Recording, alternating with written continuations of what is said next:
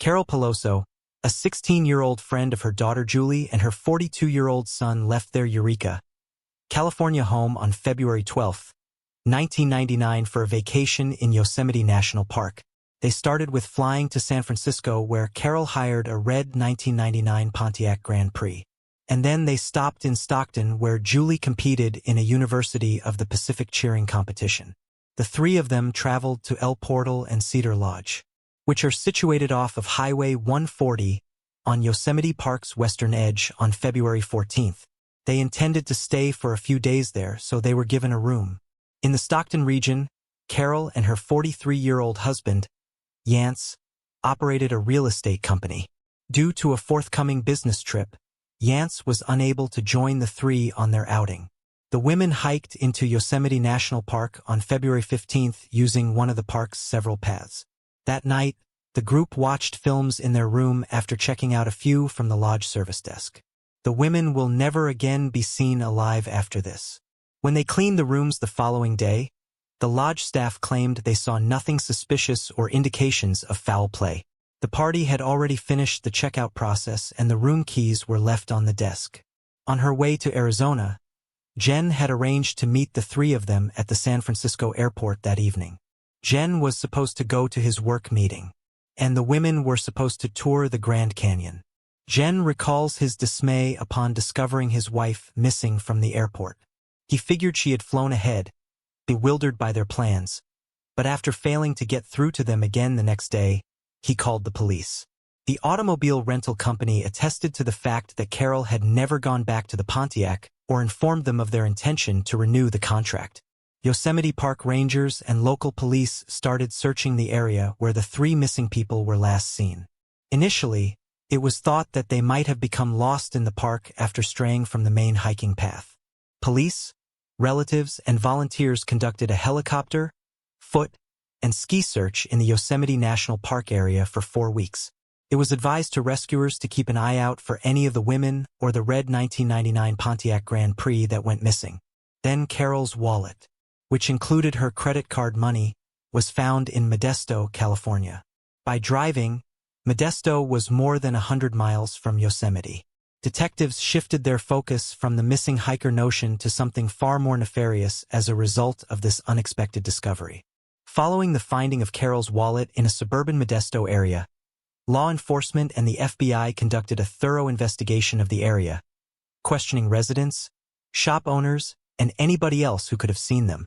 The Bureau announced on February 28 that it was treating the Sundevent as a murder instead of a missing persons inquiry, and that it was moving its temporary headquarters from Yosemite to Modesto.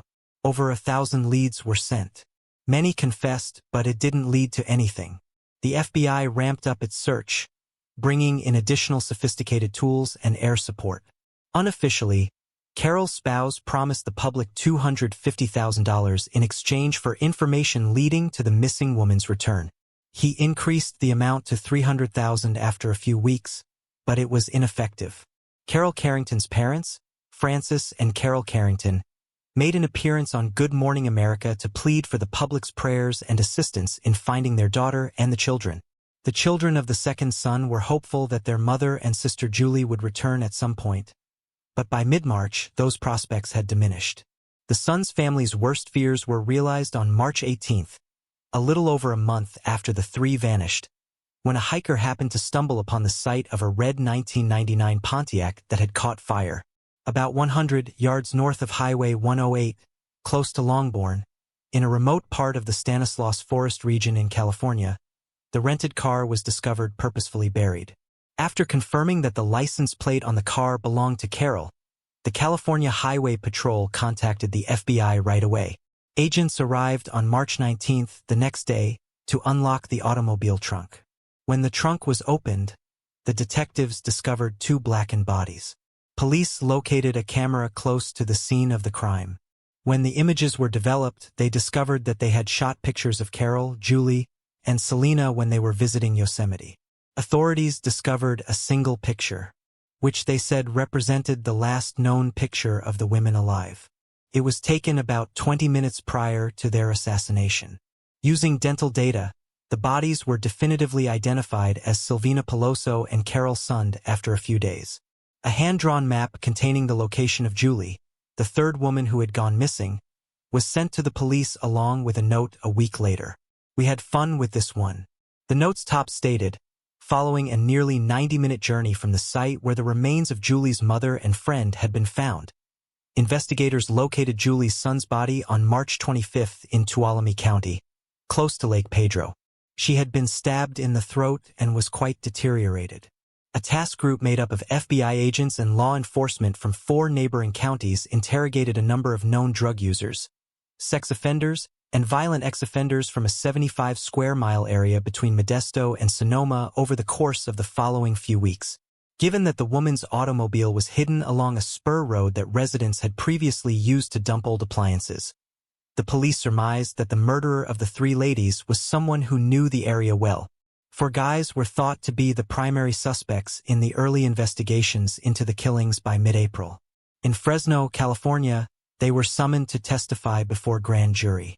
The FBI had examined their statements and the evidence connecting the suspects by the end of June. The agency said at the time that even though no one had been charged, they believed the murderers were already in jail. The 4 seasoned offenders who were first taken into custody for the offense belonged to a nomadic community of PALs and methamphetamine addicts that were concentrated in the Modesto region. The 42-year-old Modesto resident Michael Miklerwick was raised in Tuolumne County, close to the scene of Silvina Peloso's and Carol Son's discoveries.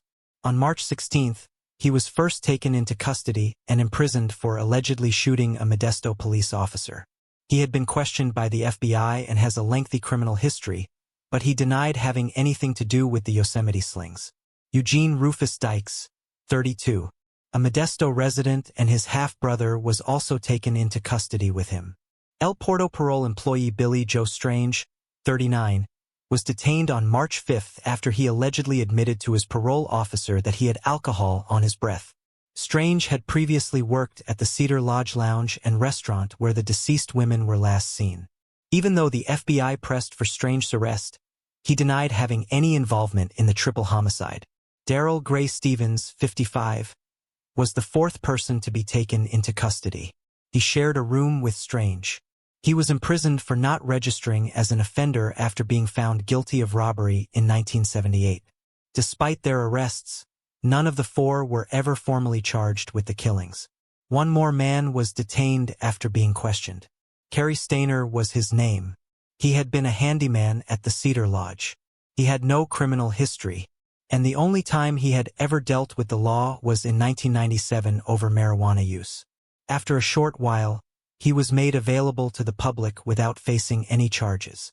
Then there was another murder in the summer of 1999 when Yosemite and its neighboring communities attracted a large number of visitors and residents alike to its stunning peaks and valleys. On the morning of July 22, park rangers discovered the body of 26-year-old Joy Ruth Armstrong. After receiving a tip from a concerned caller, the body was found outside the campsite near Joy's residence in the Forster Village, which consists of 30 cabins available for park employees to use. Her head was buried in the same water that she and her pals had used to drink, while her body lay close to a stream. Joy had spent the previous year employed by the Yosemite Institute. She had collaborated with the National Park Service on educational initiatives. According to detectives, she was most likely slain on Wednesday, July 21. She was last seen that day at the institution offices, but she never made it to her planned visitation of a friend in Sausalito. Her would-be host had called the campground when she did not show up as planned. Her automobile, already packed for the trip, was discovered by the police in front of her cabin. The primary suspect in the second murder was 37-year-old Kerry Stainer, a name that investigators were familiar with. He had been among those questioned following the February triple murders. He had been freed at the time since there was no concrete proof connecting him to the crime. His interview therefore seemed more normal than anything else, since he was the handyman at Cedar Lodge in El Portal, where the women had been before to their murder. This time, though, FBI officers arrested him and had him provide information regarding the recent murder. His pickup was inspected by investigators and his backpack was seized to be examined. He was freed because there was no hard evidence found, but the FBI cautioned him not to leave El Portal. Outside of Joy's cabin, the police had discovered footprints and tire impressions from a car. On the road where Joy's cottage was situated, a witness reportedly recalled seeing an unusual blue International Harvester Scout with white stripes. It didn't take long for investigators to determine that the car fit Cary Stayner's description. Another witness remembers Stayner being incensed that his rucksack had been removed by authorities after he was questioned. The fact that his truck had been searched infuriated him too. Later in the day, when officials investigated Stayner's flat, they found proof that directly connected him to Joy's murder. By this Friday, July 23rd, Stayner was vanished from sight. Instead of apprehending him, the agents found him at the Laguna del Sol nudist community, which he frequented. The manager identified Stayner's photo as one of his visitors after seeing a story on television. He alerted the FBI right away, and they sent agents to the colony. On Saturday, they brought Stayner back to El Portal for a longer questioning. Stayner admitted to killing Joy Armstrong to a police detective when they were driving to his police interrogation. John Boyles, the FBI agent assigned to the case, said he recounted the killing, quote, as if he was reading a soup label. Stayner admitted to killing Sylvina, Julie, and Carol shortly after. I want you to get in touch with certain producers in Los Angeles. Stayner said the investigators, my story should be the subject of a weekly movie. Many think that he was remembering the hoopla surrounding his brother's last dangerous encounter when he made this request. When Stephen Stayner was kidnapped in 1972, he was 7 years old and in the 2nd grade. Stephen, Cary's younger brother, was stopped by a man called Irvin Edward Murphy on December 4th while he was making his way home from school in what would turn into a worldwide news story. Would Stephen's mother be open to making a donation to a church? He inquired. Murphy asked Stephen if he would be prepared to show him where he lived and where he resided after he replied in the affirmative. The child consented, and when a white Buick driven by convicted criminal Kenneth Parnell showed up, Murphy and the boy got inside. The youngster was then driven by Parnell to his cabin in Cathy's Valley, which is close. They passed the street where I used to live and said, "We'll just call your parents to see if you can stay the night." Stephen subsequently recounted Kenneth Parnell. The abductor then used deception to trick Stephen into believing he had seen a judge and had, quote, gained custody of the little child. After mistreating Stephen on the first night at the cabin, Parnell started attacking him sexually on December 17, 1972, which was 13 days later. After being kidnapped for a week, Stephen was told to phone Parnell's father and given a new name, Dennis Parnell. He kind of tricked me at first into thinking that my parents didn't want me. Stephen claims that he never notified anybody about the rape or molestation because he was, quote, always scared of Parnell. Stephen and Parnell lived as father and son for 7 years. Stephen would be exhibiting what some specialists would refer to as Stockholm Syndrome, believing the lie out of deception and terror. Stephen, going by Dennis, was enrolled in schools, one of which was located in Point Arena, California, about 5 hours away from his hometown. In the interim, his family made an effort to keep his disappearance in the media in the hopes of learning additional details. Parnell would eventually attack Stephen 700 times. According to Stephen, Parnell claims with pride that the real figure was much higher. When Stephen reached puberty and grew older, Parnell started to hunt for a new victim. Parnell made Stephen's friend Randall an offer of drugs and money, and on February 14, 1980, they kidnapped Timmy White. But Stephen realized he could not let Timmy go through what he had. So in 1980, he got Timmy and fled when Parnell was out on business as a security guard. After they hitched back to Ukiah, Stephen took Timmy to the police, whereupon he became an overnight hero since he couldn't find Timmy's home address. In the end, Parnell was apprehended and found guilty of kidnapping. However, the prosecution declined to prosecute Parnell for any of the Stephen assaults, reasoning that by doing so, they were shielding Stephen from the stigma associated with male sexual abuse at the time. Parnell served just 5 of the 7 years he was sentenced to in prison. Parnell's accomplices, Randall and Murphy, were all found guilty on lesser counts. Parnell attempted to kidnap another young boy in 2004, and for that, he was found guilty and given a 24-year term. 2008 saw Parnell's death in prison. Stephen was further victimized when he was called names and made fun of for being a gay man at school when information about the sexual assault became in the media and during Parnell's trial. Nevertheless, Stephen overcame his extremely traumatic upbringing and married in 1985 at the age of 20, going on to have 2 children, Ashley and Stephen Jr. Then in the latter part of the 1980s, Hollywood and the Stainers reached an agreement over the picture rights to Stephen's tragic story. I Know My Real Name is Stephen, a made-for-TV film, debuted in 2 parts on May 22 and May 23, 1989. Stephen was portrayed by actor Corin Nimick, who also made a brief appearance as a police officer. Relatives remember that he was pleased with the movie and that viewers enjoyed it as well. With almost 40 million viewers, it was NBC's highest-rated miniseries in the previous 5 years. I am aware that Stephen, my first name, is a 4-time Emmy nominee. But Stephen was killed by a car the night before the ceremony while he was returning home on his motorbike. He passed away suddenly at the age of 24. Cary Steiner made a request years later, indicating that he desired the same kind of fame and attention because a TV movie had been created about his brother. The FBI believed they had obtained enough information at the end of their interrogation to be able to charge Cary Steiner with murder. They hurried him to file an official complaint in Fresno on Sunday morning, and on Monday, they brought him to Sacramento to appear in court. Stainer consented to be questioned by a CAN-TV reporter the same day. Throughout the meeting, something unexpected happened. Stainer cried out, quote, "I am guilty," with a voice that seemed relieved to be free of responsibility. Carol Sund, Julie Sund, Silvina Peloso, and Joy Armstrong were all killed by me. The prosecution takes issue with his later assertion in the interview that none of the women had ever experienced any form of sexual assault.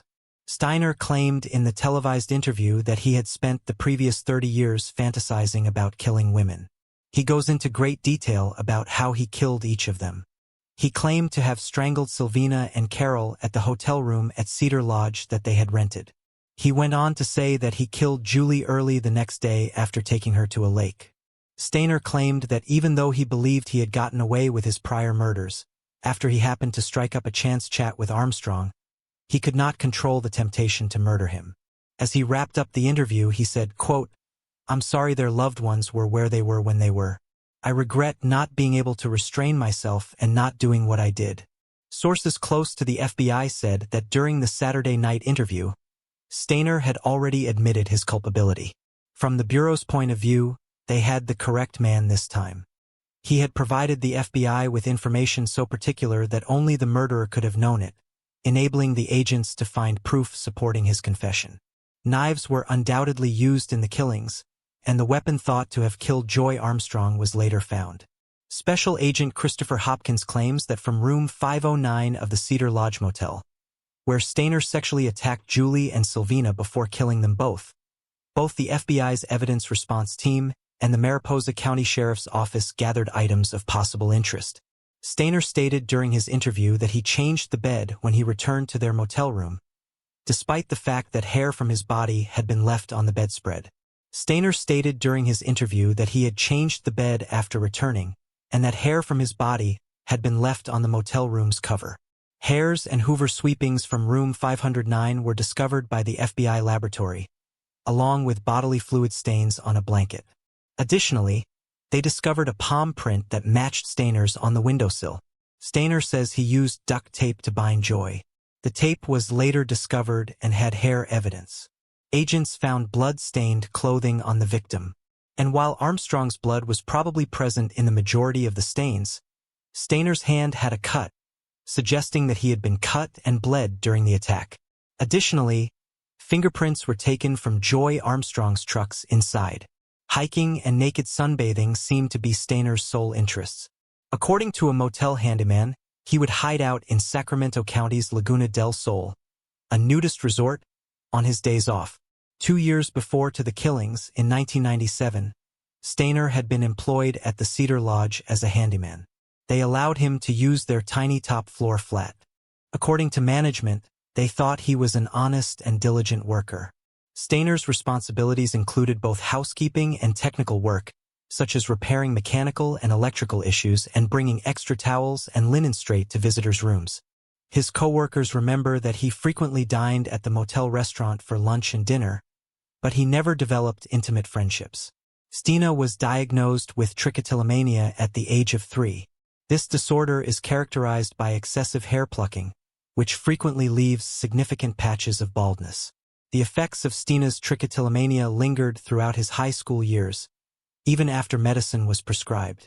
Because of the obvious bald areas, he was severely teased and had to wear a baseball cap all the time. It is thought that his brother's kidnapping and his battle with this illness had an impact on his later reported sexually inappropriate behavior. Later on, Carrie revealed that Stephen felt abandoned as his parents were grieving over his disappearance. Stainer claims that he was eclipsed by his brother's attention when Stephen managed to flee and make his way back home.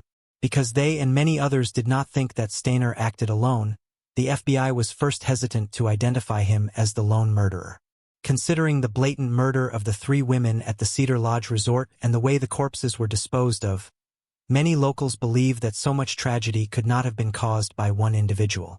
Owner of Yosemite Rosebud Lodge, located immediately west of Cedar Lodge, Letty Carolyn Berry, stated of the community's response that the crime's logistics suggested more than one person had to be involved. The same things were being said in private to the media by certain members of the Sund and Peloso task team, who claimed that it was hard for some investigators to accept that Stainer alone could have had the upper hand on all 3 ladies without assistance, much less have disposed of their bodies. The trial was rescheduled from Mariposa County to Santa Clara County in an effort to include non-locals on the jury.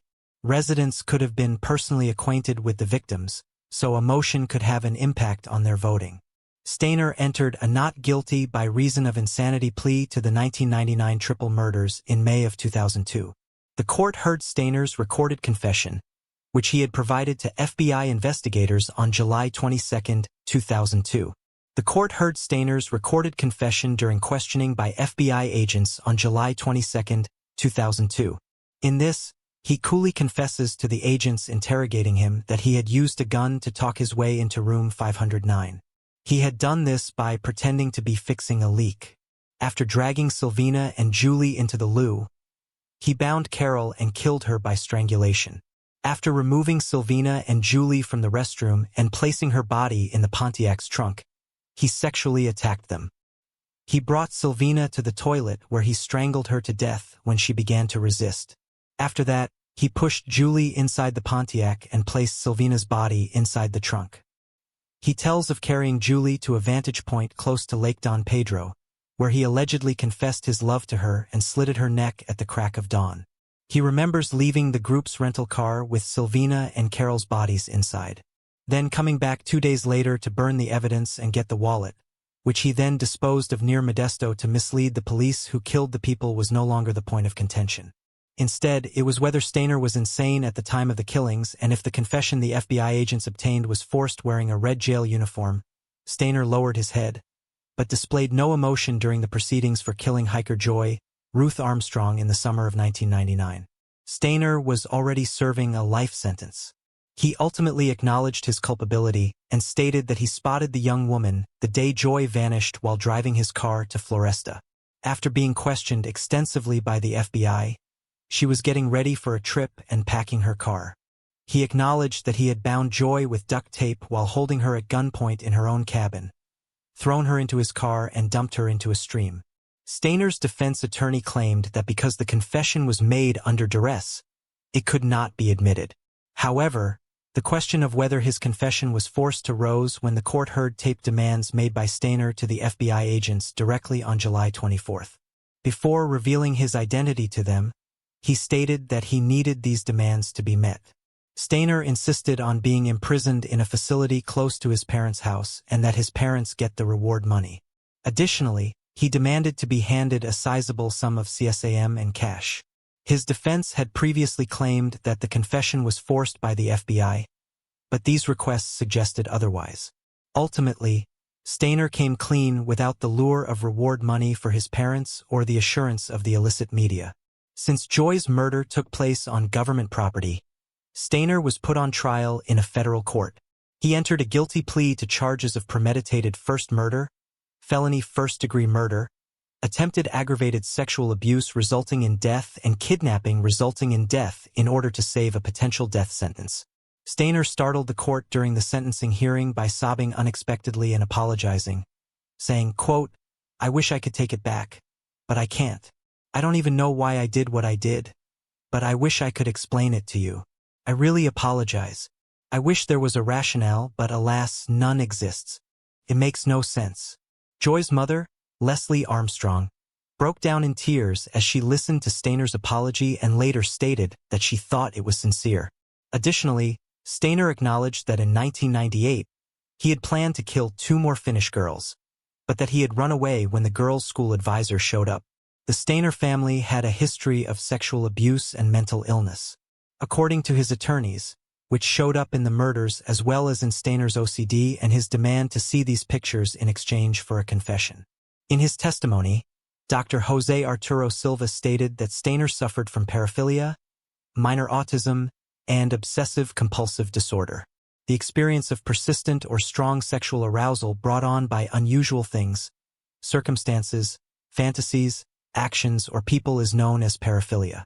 Another definition of paraphilia is having a sexual interest in anything other than a willing human partner.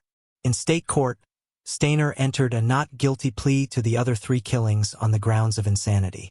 Stainer was judged to be sane on August 27, 2002, and after being found guilty on 3 charges of first-degree murder with exceptional circumstances and 1 crime of kidnapping, he was given the death penalty. During the case's conclusion, the judge declared that Stainer was guilty beyond a reasonable doubt due to the severe psychological damage he had caused. Subsequently, it was discovered that Stainer was nearly involved in another double murder in 1999 when the woman he was dating and her 2 daughters were nearly killed on Valentine's Day. But with other persons around, his attempt was thwarted. It was then that he noticed Sylvina, Julie, and Carol. Stainer was also connected to up to 5 further murders, all of which he was accused of but never found guilty of. Among these victims is Patricia Marie Hicks, Dahlstorm, aka Patty, who was 28 years old and moved to Merced from Washington State in September 1980. She last spoke with her family in September of that year.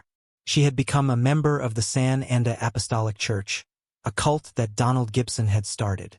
Later, Patty made the decision to quit the cult, and her flatmate last saw her traveling to Yosemite National Park on public transit. On June 28, 1983, a hand and a dismembered arm were found in Yosemite 10 months after her disappearance. A skull was also found in 1988, not far from the initial crime scene. Genetic genealogy determined that the remains were Patty's in April 2021. The victim and Stainer are linked together by their shared affiliation with the cult leader. Authorities suspect that Stainer may have opted to kill Patty in punishment for her earlier evidence against Gibson. Stainer attended and supported Gibson during his trial in 1981. Stainer's paternal uncle, 42-year-old Jesse Gerald Stainer, also called Jerry, was shot and killed in his Merced home on December 26, 1990, using his own shotgun. Stainer lived with Carrie at the time.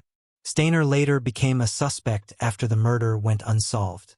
Later, when Stainer was just 11 years old, he claimed that his uncle had abused him at the same time as his brother Stephen was abducted. Human hands that had been severed were discovered close to the New Malones River in October 1994. A group of youngsters who were burning yard garbage on December 13, 1994, discovered a decapitated and handleless torso in a grove of trees off of Camp 9 Road near Vallecito, California. The hands that were separated belonged to the same person, according to forensic pathologist findings. The remains were identified as Sherilyn Mavone Murphy's in December 1995. Murphy was 24 years old. Her head is still missing. Because of the similarities between Murphy's death and Joy's murder, the FBI looked into Murphy's homicide in an attempt to find evidence linking Stainer to her, but no hard proof was ever found. Authorities also looked into Denise Smith's case, 34, for potential Stainer connections. In December 1994, Denise's decomposing body was found in a charred 50-gallon barrel off Jacksonville Road, close to Don Pedro Reservoir. August 10, 1996, was the scheduled meeting place for 20-year-old Michael Larry Madden. also known as Mike, and his buddies at Sandbar Flat Campground in the Stanislaus National Forest, close to Sonora, California. He planned to stay to fish and set up tent. He vanished from his family's house that day at around 5 in the morning.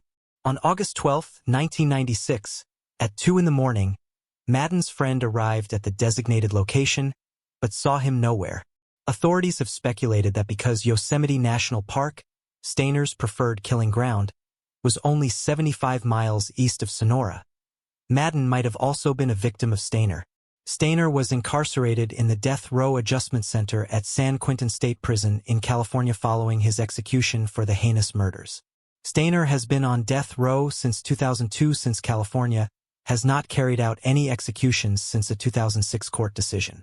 The untainted terrain of Yosemite, which has been devastated by horrific horror, is as robust as the Aboriginal people who used to live there.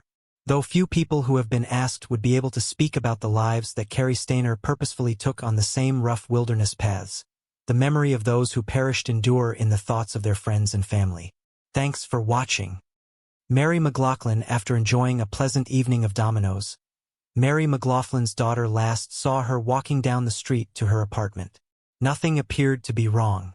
She did not even consider the possibility that she might not see her mother in the near future.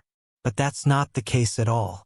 The murder of Mary McLaughlin remained unsolved for 35 years until the authorities were able to identify the victim. However, there remained an issue even then. When he was incarcerated at the time, how could the offender be the one they were searching for? In Glasgow, Scotland, on September 26, 1984, Mary McLaughlin, then 8 years old, was spending the evening at her neighborhood pub. She and one of her daughters were playing dominoes. Mary came from a huge extended family and was adored by everyone. She was the grandma of 26 grandkids and the mother of 11 children. After their evening activities concluded, Catherine, Mary's daughter, strolled to the bus station and took a ride home. Mary made a quick stop at the corner store on her way back to her apartment. She stopped to get a pack of smokes and carried on. We are aware that she arrived home that evening, but she was not alone herself. When Martin, Mary's son, returned for his weekly visit 6 days later, he discovered the door was locked. After a few knocks, his mother did not answer. Martin attempted to obtain an extra key from her homeowner as her concerns grew.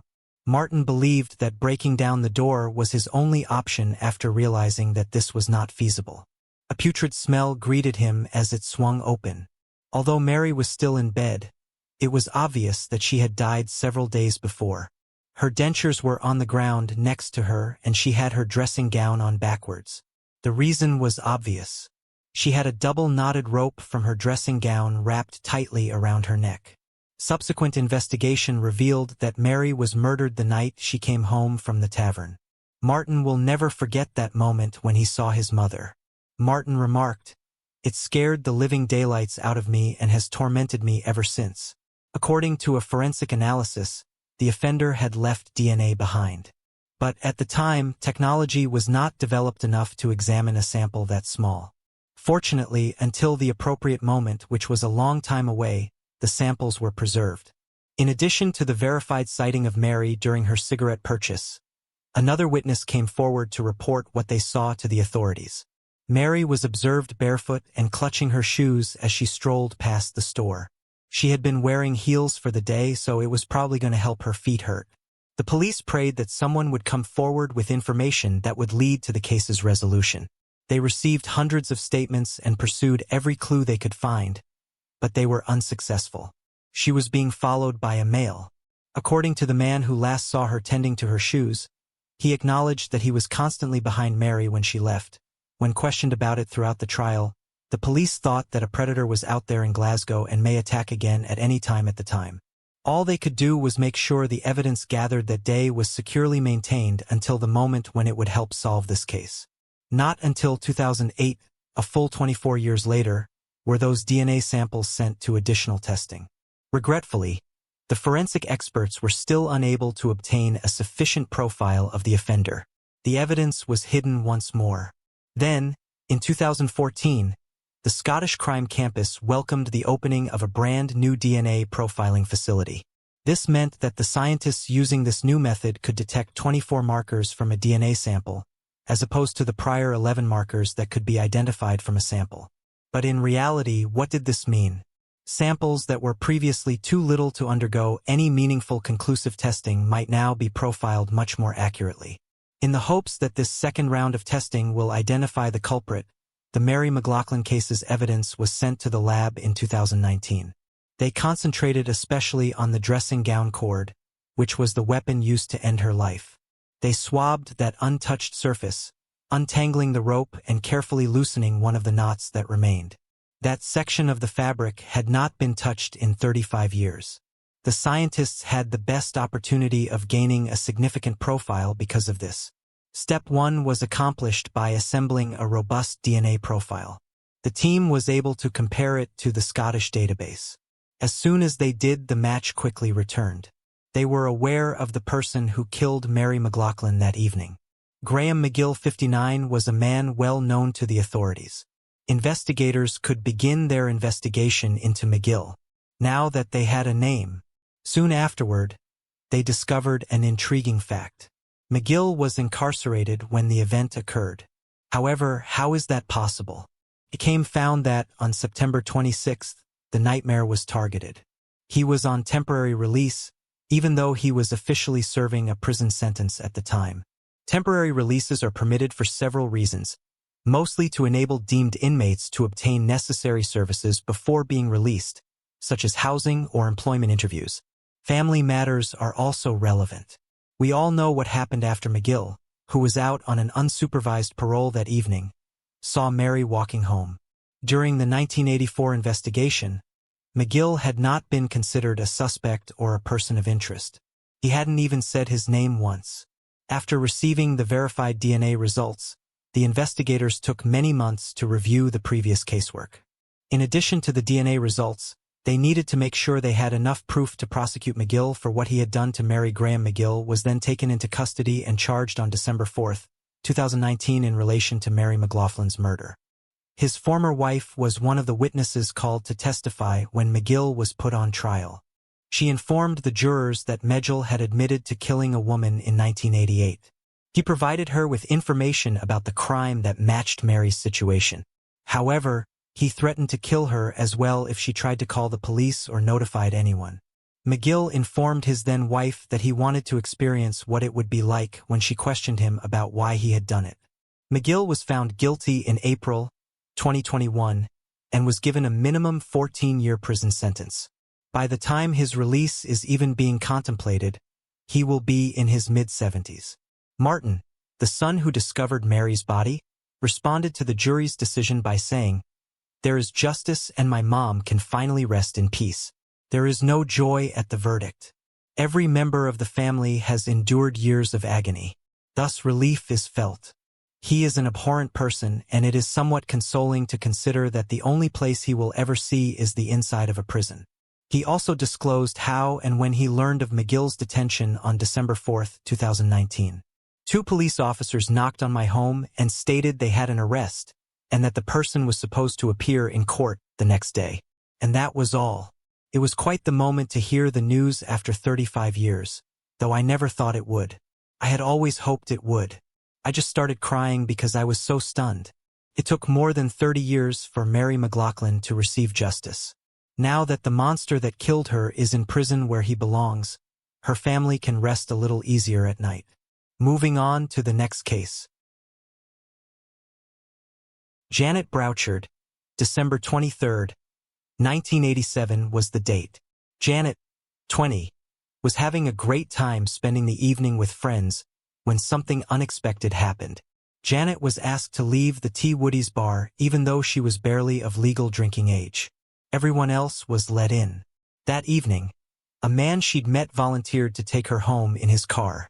After that, she became ill in the parking lot and he wouldn't let her get into his car. For more than 30 years, the details surrounding Janet's next events remained unknown until the identity of the assassin who killed her on that crisp December evening came to light. And unfortunately, he wasn't the only one who brought about Janet's death. Janet was raised in Winslow, a little town on the Kennebec River in Maine. At the beginning of the 1980s, Winslow was home to only 8,000 people. It was a nice area to raise kids in a peaceful community. Geraldine and Albert Brauchus, Janet's adoptive parents, brought her up to be a joyful, intelligent young adult while also assisting her in controlling her diabetes. She required daily insulin shots, but Janet was in charge of the things that really mattered. Perhaps what motivated her to enter the area in the first place was her early experiences with her own healthcare. She was employed as a dietary assistant at the Seton campus of Maine General Medical Center as of late 1987. But Janet's thoughts were far from work that December evening. It was the ideal opportunity to catch up with old high school pals during their holiday vacation from college. Janet didn't get to see them too much. Less than a mile from Winslow, in the town of Waterville, they made their first visit at a neighborhood bowling alley. The companions started talking to two males in the next alleyway while they took turns hurling the ball down the lane. After they had gotten along well enough to want to spend the rest of the evening together, they all went to T. Woody's restaurant and bar with a fantastic view of the river. The bar was located on the concourse's lower level in Waterville. Janet was turned away when they arrived just 2 years earlier. Maine had raised its drinking age to 21. Janet now barely made the cut. All of her buddies wanted to continue the night because they were of legal age. As the odd one out, Janet needed a ride home, and coincidentally one of the men they had met at the bowling alley occurred to be willing to provide it. Though the specifics of what transpired after are unclear, we do know a few things. The man who was meant to drive Janet home went back inside T. Woody's to get her purse, which she had left behind, possibly because she wasn't allowed to go back in. Janet was throwing up when he got back to the parking lot. She might be experiencing it due to her diabetes or because she had consumed alcohol earlier in the evening. It's also possible that she consumed something that upset her stomach. Then the guy who was meant to drive her home wouldn't let her get into his car because he didn't want her becoming sick in it. Then she was gone. When Janet's parents awoke the following morning, they discovered she was gone. Geraldine and Albert reported her missing after trying in vain to locate her and calling around to see if she had remained at any of her friends' homes. A nationwide search was conducted, and news stations all throughout the nation carried reports of Janet's disappearance. The detectives assigned to discover Janet's fate turned over every stone. Regardless of the region in which the lead originated, they investigated every lead that was given to them. They even made an attempt to locate Janet by using her diabetes. They investigated insulin sales that might have been connected to Janet. Regretfully, despite their best efforts, they were never able to advance past square one. The days quickly stretched into weeks and Janet was still nowhere to be found. It really did seem as though she had disappeared. The family of Janet attempted to cling to the hope that she would be returned home safely. Since her disappearance, they have been praying for a call from the police department with good news every heartbreaking day. Less than 3 months later, those aspirations were dashed. Finally, a call arrived. But it was the kind that no parent ever wants to get. A man named Christopher Anthony was checking on his hydropower station at Waverly Avenue Dam early on March 18, 1988. Then he made an awful discovery. A naked body was floating on the Sebasticook River. Christopher called the police, who arrived on the scene without delay. There were barricades along that stretch of river. We did a quick scan along the riverbank to see if anything noteworthy had been abandoned. To be looked at and identified, the body was brought to the coroner's office. They found there that Janet Broskew was the owner. The original investigation did not identify the reason of Janet's death, but it turned out that Janet had not been alive for very long after her final sighting at T. Woody's. A dedicated diving team was established on the Sylvester Cook River in the weeks that followed the discovery. They were searching for any of Janet's belongings or any proof that would indicate what had happened to her in the hours following her disappearance. The idea that Janet had fallen into the river that evening herself remained unruled by the investigators. The intersection of the Kennebec and Sebasticook rivers occurs not long from T. Woody's. She was abandoned in the parking lot where it was chilly and dark. Perhaps Janet attempted to go home, and while crossing the bridge that led back to Winslow, she unintentionally slipped into the icy waters, not being able to get out before being critically cold. However, there was a significant issue with this theory. She was discovered wearing nothing on her body. It was improbable that Janet could have lost all she was wearing that evening to the water's current. What's more, Janet's body was discovered upstream of the river. This implied that she could not have fallen in while walking home, and ended up in the location where she was discovered. Who though had placed Janet there if she hadn't fallen into the river? People in Maine started to worry if there was a serial killer out there as the mystery deepened. It was a direction the detectives had started to explore as well. On May 9, 1986, 17-year-old Kimberly Morrow disappeared from the hamlet of J. Maine, 1 hour distant. She was last observed that same day with a person she had met earlier. The police searched the entire state diligently, but they were unable to discover her whereabouts. Kimberly's case could not be connected to Janet's. Within 5 months of the discovery of Janet's body, another woman vanished without the investigators' knowledge. Furthermore, her case and Janet shared a lot more parallels. Geraldine Finn, then 23 years old, was unwinding with 2 co-workers after work on August 9, 1988. She worked as a licensed nursing assistant at the Skowhegan nursing home. Pete and Larry's bar was located on Upper Main Street in Waterville. It just so happened to be that Janet's last known location, T. Woody's, was only 3 miles away. A stranger in a blue Chevy Blazer drove by the window where Geraldine and her co-workers were seated. He grabbed their interest and started waving the 3 young ladies outside. After doing so, they started to go to his car. Then he inquired if they would want to have a swim. But this was no benign request. Exactly. The women discovered he was fully nude by the time they reached his rolled-down window. He asked if they might accompany him skinny dipping. They turned around and returned to the pub to finish their evening, perhaps feeling awkward about the exchange. Quite though it was not quite 8:30 p.m., the gang was eager to go out before returning home. Took a while for that same dude to show up at the bar dressed completely. He began speaking to Geraldine's group later in the evening. Perhaps he made some form of apology for their prior exchange. It's possible that he was attributing it to the fact that his garments were damp from his previous skinny dipping excursion. Geraldine's group was able to engage with him no matter what he said. Geraldine accepted the man's offer of a ride home at the end of the night since she felt comfortable enough with him. Geraldine was seated in the passenger seat of his Chevy. The last time those buddies saw her, they had no idea that their friend would not live to see another day. The next day, she was reported missing. The man who was meant to drive her home that night was mentioned by her pals to the authorities. They talked about his unique mustache, diamond-shaped tattoo on his shoulder, and blue Chevy Blazer. 5 days after Geraldine vanished on August 14, 1988, a guy strolling along Route 201 over the property made a horrifying find. A young woman's body lay in a forested location near the land he had been surveying. At first, the authorities didn't reveal much about the nature of the investigation, but they revealed 2 days later that it was Geraldine Finn's body. They realized that she had been killed. It was not an accidental death. Finding the man she had last been seen with was now her top priority. They would soon discover that he was Gerald Goodale, a 29-year-old man. In Waterville, Gerald Goodale performed a variety of construction works. Those who knew him intimately appeared astonished by the news when his name was mentioned in connection with Geraldine Finn's case.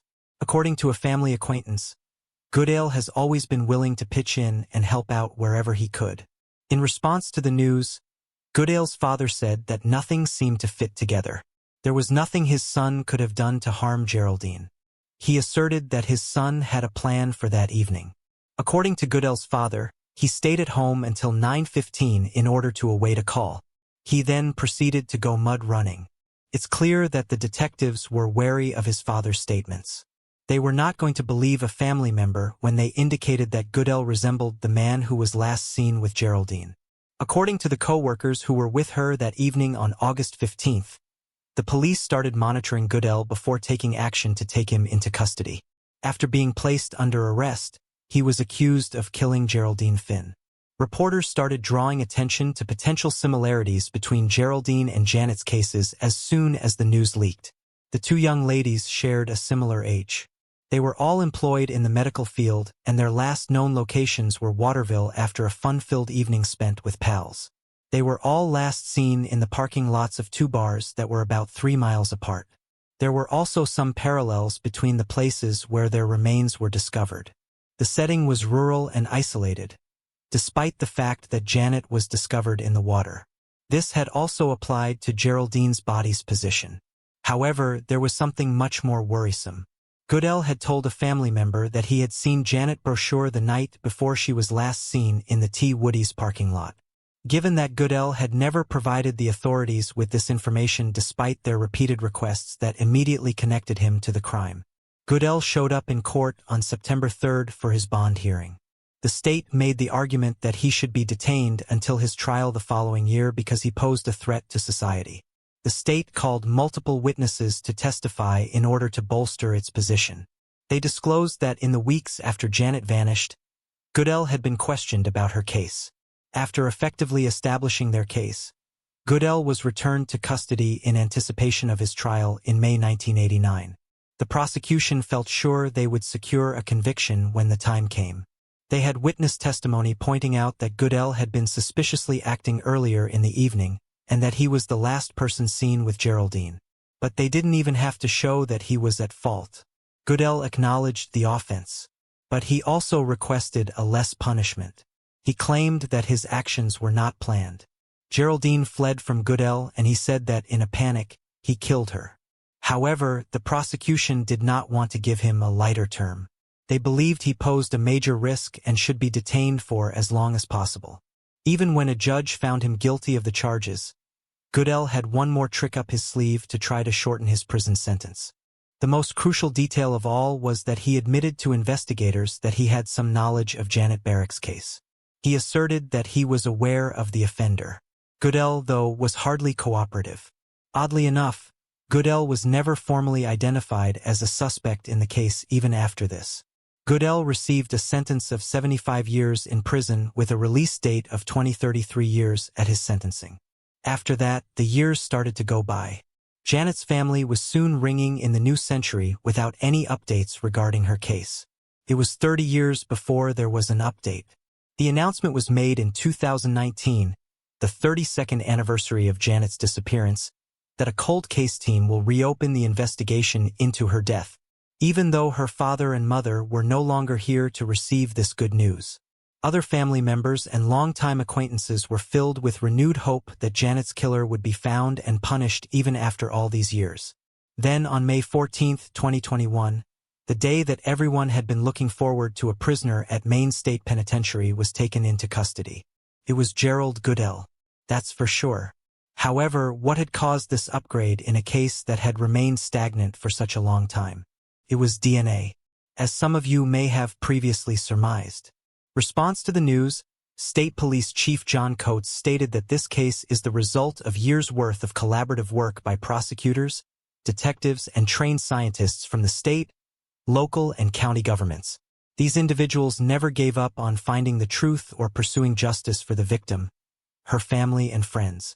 Goodell, who is currently in his early 60s, received a 32.5-year sentence extension in March 2023 for the actions he took against Janet Brochure.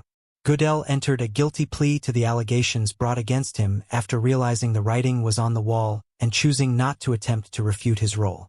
Other family members gathered to finally get justice for the life lost so young.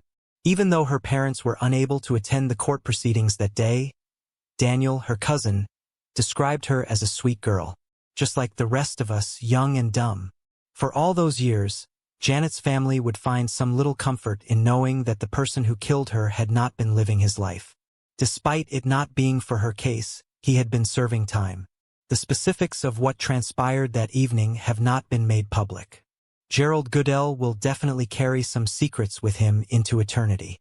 Moving on to the next case. Sarah Ann Wood.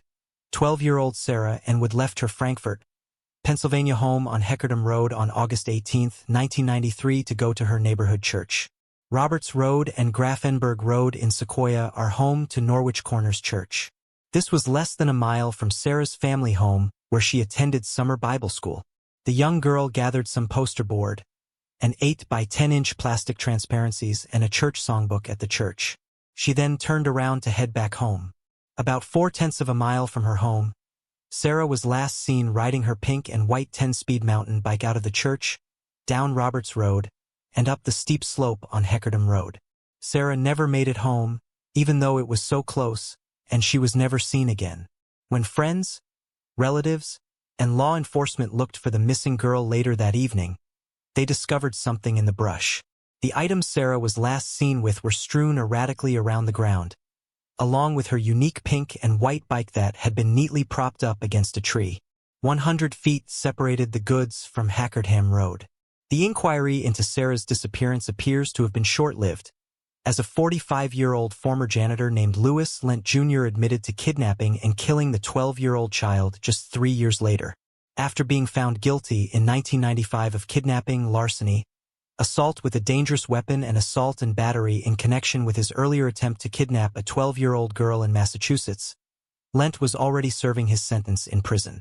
While incarcerated, Lent admitted to killing 2 children. James Bernardo, then 12 years old, is said to have been the first victim of Lent. He vanished from a Pittsfield, Massachusetts theater on October 22, 1990. Lent met James when he was working at the theater and was walking outdoors at the time. He coerced James into accompanying him by threatening and using a knife. Once in his apartment, he stripped the little child of his clothes, taped him to his bed, and physically abused him. Then he hanged James to death. James was discovered dead in Newfield, New York. It was near Lent's childhood home, even though it was distant from the scene of the kidnapping. Lent was not regarded as a suspect or a person of interest at the time of the crime. In his second confession, Lent acknowledged that he had kidnapped and killed Sarah Wood. He stated that he had found the young girl while searching for a victim, and he forced her into his van with a knife once more. After binding Sarah's hands, he took her upstate into the Adirondack Mountains, where he sexually assaulted her and ultimately killed her with a big tree branch. He never did check to see if she was still breathing before burying her body. "I dislike touching dead bodies," to quote. Having brought the necessary equipment to bury the body, he had arrived to the mountain range. Lent first claimed to have buried Sarah's body in an Adirondack mountain area close to Rickett Lake. After coming clean, he later provided officials with a map showing the burial site, which was in or near the town of Inlet. New York searches conducted in the area, however, turned up no leads regarding Sarah's location. Lentz then acknowledged that she wasn't actually present. Subsequently, he declined to provide law authorities with the location of the remains and asserted that he had interred her body with another victim he wished to keep hidden. Lent later took back his admissions, but it was too late. He was found guilty of kidnapping Sarah Woods and killing James Bernardo. He admitted to killing James Lusher, a 16-year-old, in 2013. In 1992, James Lusher disappeared from Westfield, Massachusetts. Since Lent was already serving a life sentence, the authorities decided not to press charges, although they did search Greenwater Pond for his remains. But after a 3-day search, no signs of James could be found in the vicinity. Despite Lent's conviction for 2 murders, there remains a great deal of discussion and conjecture about his confessions. He asserted that he occasionally experienced memory loss and blackouts. Additionally, he claimed in a related press article that this was because of his close experience with the UFO in 1974. This would imply that Lent suffers from mental health problems, which would distort his admissions. There have also been theories suggesting that Lent had an accomplice who is still at large and that he did not act alone. Nobody has ever located Sarah's body. Her case was also revisited in 2015. Even after the conviction, her case is still pending resolution. Currently incarcerated for life at the Colony Correctional Facility in Bridgewater, Massachusetts, is Lent. The Sarah and Wood Rescue Center was established by Sarah's family following her disappearance. It was subsequently renamed the Mohawk Valley Branch of the National Center for Missing and Exploited Children. In addition, her narrative encouraged a small group of cyclists led by her father, Robert, and elder brother, Dusty, to ride from Utica, New York to the U.S. Capitol wearing teal and pink jerseys in an effort to raise awareness of her case and the Mohawk Valley office of the NCMEC. Thousands of bikers now take part in the annual event, which raises money for the NCMEC and sheds light on Sarah's case. as well as the cases of 100 other missing children nationwide. They now wear purple for the police officers involved in these cases and white to represent all the children who have gone missing. On August 18, 1993, 12-year-old Sarah Ann Wood was last observed cycling up a steep hill on Hackerdam Road in the New York town of Frankfurt. At the time of her disappearance, she was just 5 feet tall and cost a 96-pound. She was last seen with a headband, brown sandals, turquoise shorts, and a pink t-shirt with Guess Who embroidered across the front. She might have been holding 4 keys, a fluorescent green and white keychain with a silver ring and prescription tortoiseshell eyeglasses. Sarah is a Caucasian girl with scars on both of her legs, brown hair and blue eyes. She has dimples in her cheeks and is missing 1 toe on each foot. Her hair was shoulder length when she vanished, and she also had freckles on her face. Her name is spelled and without the E by certain agencies. Although foul play is suspected in her case, she will be 40 years old if she survives. Monica Faye Pritchett was born on February 16, 1979 in Anniston, Alabama. She was the daughter of Donald and Dorothy Pritchett and had 2 sisters as well as 2 brothers.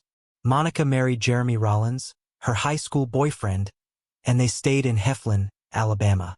They had a stable marriage until the birth of their second son, Aaron, for reasons they never made public. The couple decided to live separately. This was despite Monica being pregnant with their 3rd child. Monica and the boys moved into their Sugar Hill Road home in mid-2001. Jeremy Rollins still had visitation rights to visit his 2 sons every other weekend. Monica loved her children dearly. Dalton was 6 years old and Aaron 2 years old. She was very excited about her 3rd son's arrival in only a few weeks. Monica planned on naming him Shane. She was a busy mom, balancing a full-time job and raising her 2 sons. She worked at a daycare called Kitty Castle until July 2002, when she accepted a higher-paying job at ITC Deltacom. On Friday, September 13, 2002, Monica and her sons visited her father, Donald Pritchett, after work at his home in Anniston. He had a gift for his oldest grandson, Dalton, and could finally give it to him. The gift was a foal. Dalton named it Mojave. The evening was filled with horseback riding, playing, dinner, and conversation. At 8:30 p.m., Monica and the boys headed back to their Heflin home. They planned to return later that weekend to spend more time with Monica's father and his wife. However, when the weekend passed without any further word from Monica, relatives decided to go check and make sure everything was all right. When they arrived at Monica's mobile home on Monday morning, September 16th, nothing could have prepared them for what they would find. Monica and 6-year-old Dalton had been brutally slayed inside their home. It seemed as if Monica went into labor from shock during the attack. The baby was found partially delivered and not alive anymore. 2-year-old Aaron was found alive and unharmed hiding in a closet. A relative called 911.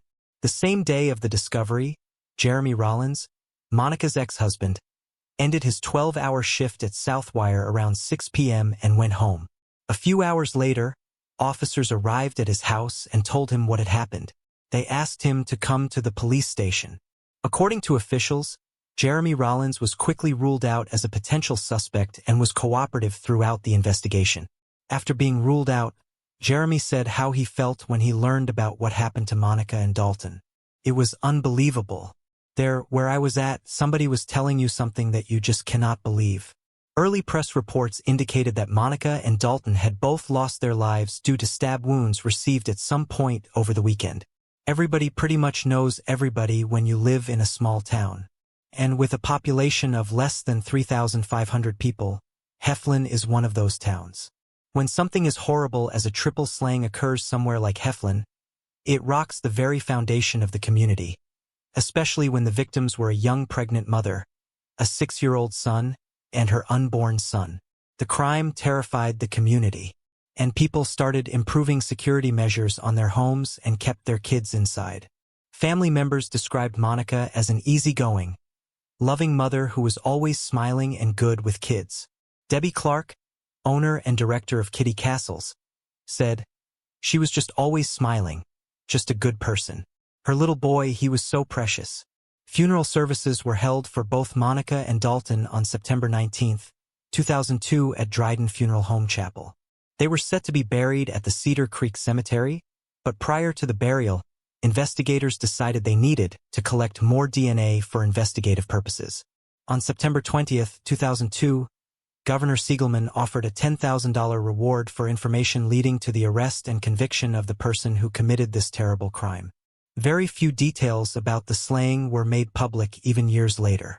The Heflin Police Department kept the details confidential as an investigative technique. They believed that the perpetrator would one day mention something about the slaying that was never made public, leading to an arrest. Captain Joe Neighbors of the Alabama Bureau of Investigation confirmed that DNA, fingerprints, and other evidence had been collected at the scene and were sent to the Alabama Department of Forensic Science for analysis. At the time, the department was facing serious backlog issues due to budget constraints, which created a delay in processing. In June 2014, Heflin Police Chief A.J. Benefield contacted the Attorney General Office's Cold Case Unit, and the two agencies started working together. Based on new information, they began to interview people again. They met with the State Bureau of Investigation and local prosecutors and started new discussions. Police Chief Benefield was an officer at the time of the slayings. He and his partner responded to the 911 call of the relative who found Monica and her son's bodies. When talking about the case in 2014, Benefield had this to say: "So really there were 3 victims. It was the worst crime scene I have ever seen. Not a day goes by that we are not talking about this or working on it in some way. It is very near to our hearts." In 2015, Benefield hinted that they were looking at someone that they have known about since 2002, but he did not elaborate further. In March 2015, the Alabama Attorney General's office joined the investigation. Authorities periodically posted on social media asking for information on the case. Unfortunately, no useful leads came in, and the case went cold for some time. In 2021, the case was reopened by Chief McGlone and Captain Scott Bonner. They resent multiple items to forensic labs, both private and state. They continued to keep close contact with some of the family members and tried their best to provide support as much as they could. Although they could not go into specific details due to the ongoing investigation, Captain Scott Bonner said there was a suspect and evidence. There is no threat to anyone from the suspect in this case at this time. The suspect, who I cannot name yet, is in jail in another state for unrelated crimes, he said. With help from the state, grant money from Seasons of Justice, and a literal truckload of evidence, investigators were able to make an arrest more than 20 years after the crime. Louis Landon Spivey was arrested on June 26, 2023 and charged with taking the lives of Monica, Dalton, and Shane. On June 30, 2023, Heflin Police Department made the announcement to the public. Louis Spivey kept the sordid secret to himself until he was released from a Florida prison. He is now 39 years old, and was 18 years old when he committed that horrendous crime in 2002. They were acquaintances, Captain Bonner said in a press conference. They had a relationship. Bonner did not reveal a motive or the circumstances leading up to the slayings. For the last 15 years, Louis Spivey has been sitting in a Florida prison cell for an unrelated robbery and aggravated assault case out of Bay County, for which he was sentenced in February 2010. Captain Bonner and Chief McGlone took Louis Spivey into custody after his release from the Florida prison. Captain Bonner explained, "Louis Spivey has since cooperated with the investigation. He was looked at early on in the investigation by other agencies before we opened up the case. Good investigation work gave us some good leads. We did not have surveillance, pictures, or cameras," said Bonner. "We did not have the things that you would have nowadays." When investigators sat down with Louis Spivey, he allegedly gave them a complete confession, outlined the crime, and took sole responsibility for the slayings. A bond hearing was held on June 29, 2023. They determined that the criteria for invoking Anaya's law had been met, leading to Louis Spivey's continued pretrial confinement without the possibility of bond. Anaya's law is a legislation named after Anaya Blanchard, a college student whose life was tragically taken in 2019. The law aims to enhance penalties for certain violent offenses in Alabama. It allows judges to deny bail or parole for individuals charged with certain violent crimes, ensuring that they remain in custody throughout their trial process. The law seeks to prioritize public safety and protect potential victims by keeping individuals considered dangerous off the streets during legal proceedings. Investigators gave few details on what led to the break in the case. But we do know about the confession and that the department was given a grant for DNA analysis and several items were processed by a state lab and private labs in Canada. In a statement on behalf of Mayor Robbie Brown, Chief Ross McGlan offered his condolences to the family of Monica and Dalton. Hopefully this will bring you some sense of closure to this awful chapter in your lives.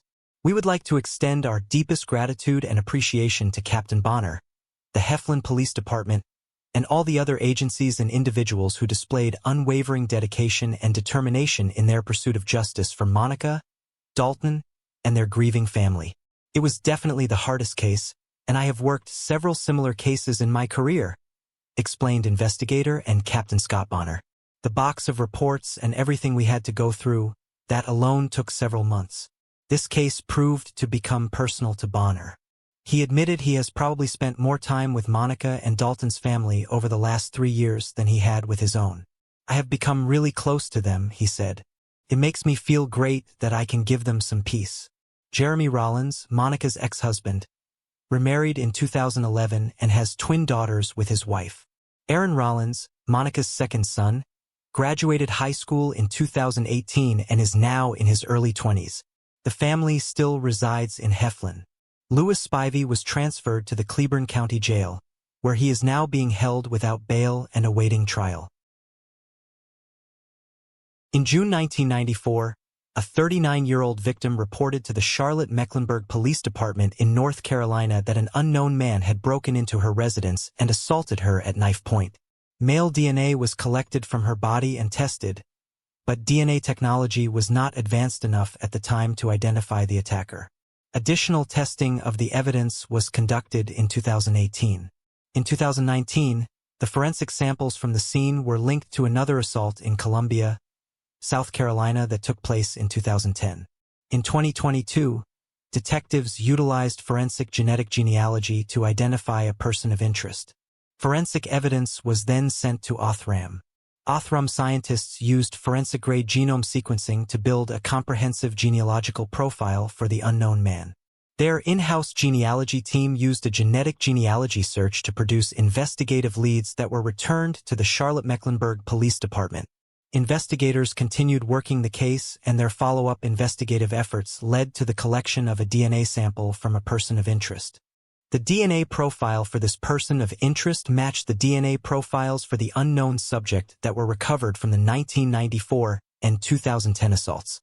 As a result of years of extensive forensic testing and evidence examination, the Charlotte-Mecklenburg Police Department's crime lab and cold case unit identified the suspect as James Wayne Ingersoll. He was born on November 6, 1972. In May 2023, members of the police department's Violent Criminal Apprehension Team located and apprehended Ingersoll in Concord, North Carolina. South Carolina Law Enforcement Division and the Columbia Police Department also assisted. The victims have been notified of the arrest. The investigation into this case is active and ongoing. As additional information develops, it will be released by the CMPD's Public Affairs Office. Destiny Renee Pittman was born in Kokomo on January 9, 1992 to parents Melvin Douglas and Carla Pittman McCombs. Destiny was one of 5 children and had 2 brothers and 2 sisters. In 2013, at the age of 21, Destiny was staying with her 2 young children, her boyfriend, a female roommate, and 3 dogs in 815 James Drive, Kokomo. On the evening of February 7, 2013, 2 armed intruders forced their way into Destiny's home. Destiny stepped out from her bedroom into the hallway to confront the intruders. She was then fatally shot by one of the attackers. The bullet went through her chest and struck a wall at the end of the hall. Renee's boyfriend, roommate, children and dogs were at home at the time, but hid away out of fear and were unharmed. At approximately 9:33 p.m., officers from the Kokomo Police Department were dispatched to 815 James Drive when they were notified about shots being fired at the residence. When officers arrived at the crime scene, Destiny was already gone, and there was nothing they could do to revive her. A single .40 caliber shell casing was recovered. Neither her boyfriend, whose name was never disclosed, or roommate, saw the intruders and could thus not give investigators any description. It was suspected that the perpetrators may have been looking to rob Destiny and her boyfriend of marijuana and cash they had from selling weed.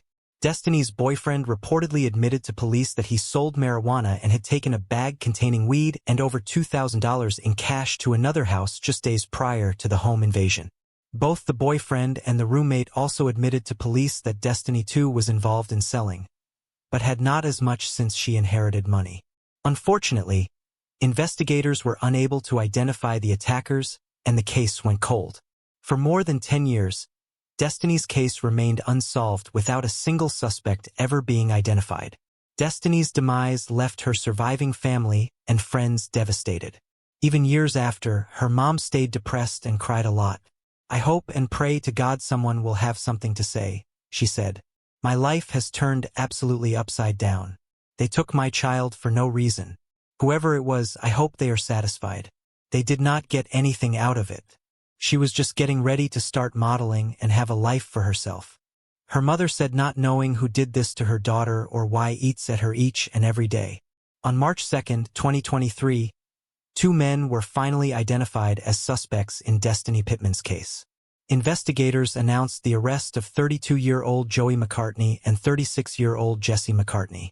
Joey McCartney was taken into custody by U.S. Marshals at the crack of dawn at a residence in Graham, Kentucky.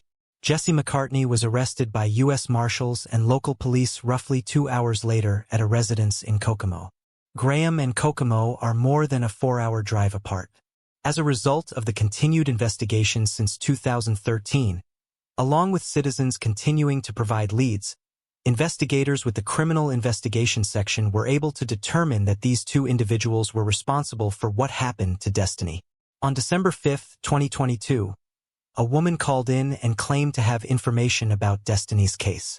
She told police she could not keep this information to herself anymore after repeatedly seeing press releases on the case over the years. According to the court documents, this informant claimed to have been with Jesse McCartney on the night Destiny's life was ended, and had been sitting in his white Jeep Cherokee outside Destiny's home. According to the informant, Jesse and Joey said they were running an errand, which the individual reportedly believed meant a deal that involved illegal substances. Jesse reportedly told the informant to stay inside the vehicle, while he proceeded to put on black leather gloves and grabbed his handgun. Joey McCartney met Jesse at Destiny's front door before the pair entered the residence. The 2 of them then started searching the home, which police believe it was for substances that Destiny and her boyfriend were selling. The informant heard a gunshot and saw both men come running out of the house. Jesse was sweating heavily and had a large bag of marijuana and cash in his hand, according to the informant. She alleges that she and Jesse drove back to his apartment and Joey joined them. She said Jesse then made her drive back by the home the next day. When they drove past, there was police tape surrounding the house. The informant also told police about Jesse McCartney changing his phone number and said he still lived in Kokomo on Monroe Street. She said he sold his gun and Jeep 6 months later after the crime was committed. The woman told investigators she did not come forward sooner because she was scared and still is. She had an alleged history with Jesse. Lee showed Destiny's boyfriend photographs of Joey and Jesse McCartney after the new revelations. The boyfriend stated that Joey looked familiar and might have visited before with a common friend.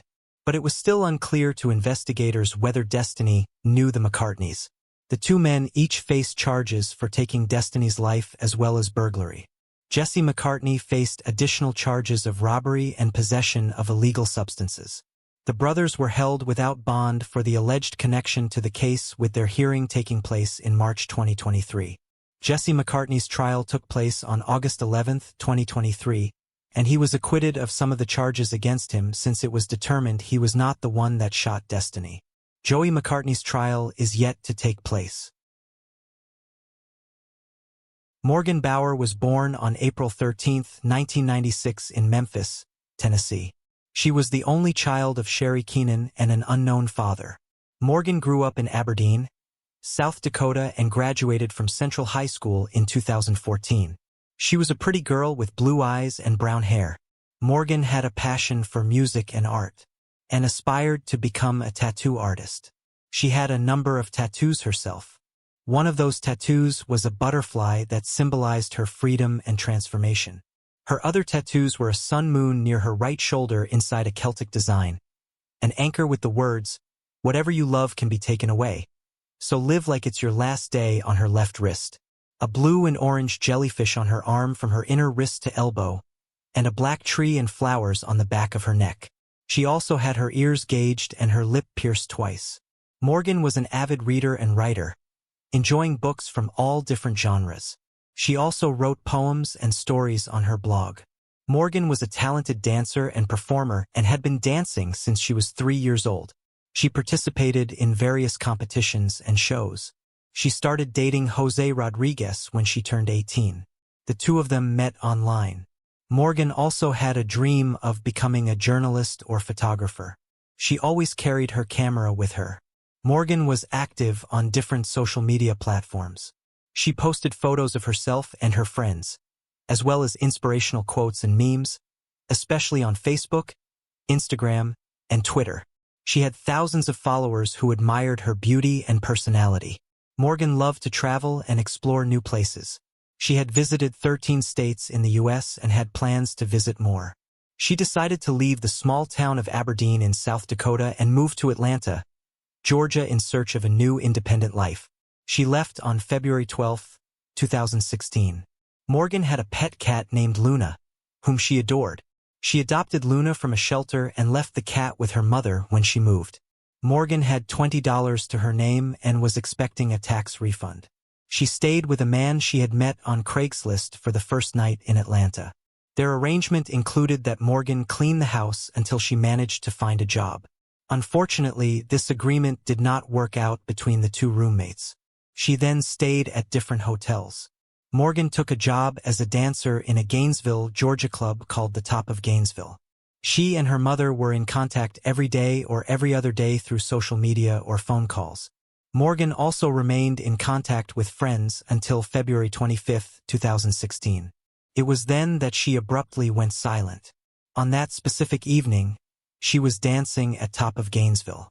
Afterwards, Morgan's coworker, and her coworker's boyfriend all left the club together. They dropped Morgan off at the Citgo gas station in Covington, where she got into a green Eclipse with an unknown driver. That would be the last time Morgan was seen alive. Her mom, Sherry Keenan, became concerned when she could not reach Morgan. She decided to go to Atlanta to find Morgan. Sherry went to the last motel that Morgan was staying in. There she found that all of Morgan's luggage was still in place. This indicated to her that Morgan did not run away. Sherry then talked to Morgan's boyfriend, Jose Rodriguez, to hear if he knew anything about where she could possibly be. Jose told her that he loved Morgan and was worried about her safety as well. He also said that he had not seen her or heard from her. On March 8, 2016, after not hearing from Morgan for over a week, Sherry Keenan reported her daughter as missing to the Atlanta Police Department. According to her cell phone records, officers determined that Morgan's last phone call was made to Jose on February 25, 2016. In Morgan's last Instagram video, she was seen walking in the Yellow River Park in Newton County, Georgia. An unidentified man could be seen walking behind her. Morgan's Instagram was private, but Sherry Keenan said a friend of her daughter sent her a screenshot of Morgan's last post. It showed that it was posted on February 26, 2016, a day after she was seen climbing into the green Eclipse. That meant police were looking in the wrong places based on an incorrect timeline. Investigators tried to identify the man in the video to gather information, but they were unable to do so. Multiple law enforcement agencies got involved in the attempt to locate Morgan. Family members spoke to news outlets to share more information about the missing teen. Her disappearance sparked a massive online search due to the huge following she had. She had moved to the Atlanta area only about 2 weeks before she went missing, leaving nothing but unanswered questions in her absence. Despite investigators' best efforts, they were unable to locate Morgan. They did not know if she left willingly or if foul play was involved. Sherry Keenan said in 2019, "There is not a lot of information out there. Morgan is a cold case, but an active cold case with the Atlanta Police Department." Family and friends held a vigil on February 25, 2023, where they remembered the young woman who went missing when she was only 19 years old. Sherry Keenan said, "I am not ready to say goodbye until she is found." She organized the Saturday vigil at the Yellow River Park in Newton County. This was the same park as the one where Morgan was last seen. The next update on the case came on July 27, 2023. It was then that police said they had new information which they could not make public. The information had prompted investigators to go back and review the case from the beginning. It then led to a search warrant for a property on 2 South Broad Street in Atlanta.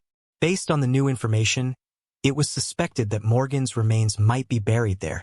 Police reported that the current owner of the house cooperated with the investigation and was not considered a suspect. The location of 2 South Broad Street is about a 10-minute walk from the park where Morgan was last seen. Authorities searched both the home and the large area of open property. The Porterdale Police Department, in conjunction with the FBI and the Atlanta Police Department, conducted a one-day search on July 27 to retrieve evidence related to the missing person case. There were several tents set up in a wooded area near large home. Police released videos of FBI agents slowly combing the property in grid formation. Police said after the search that they believe Morgan's life was taken and her body was dumped. Police did not specify what they found that led to this conclusion since they did not find Morgan's body. Sergeant Michael Walden gave feedback and said that their search led to the location of items of evidentiary interest. However, they could not reveal additional information. Morgan's mom, Sherry, had this to say during the search.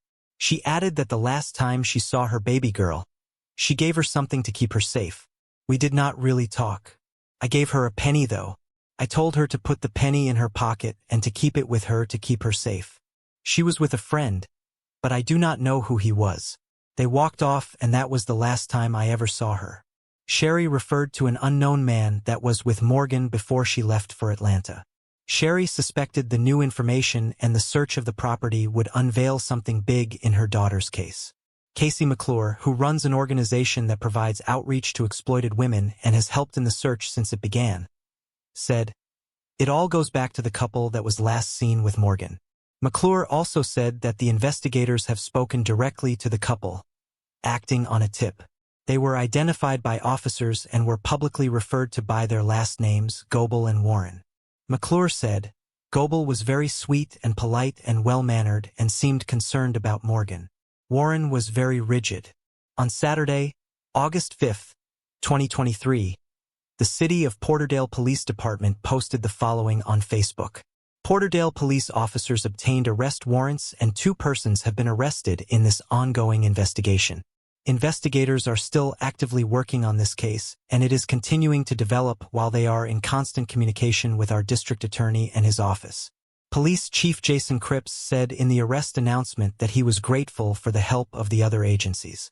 This was finally a new update in the over 7-year disappearance of Morgan.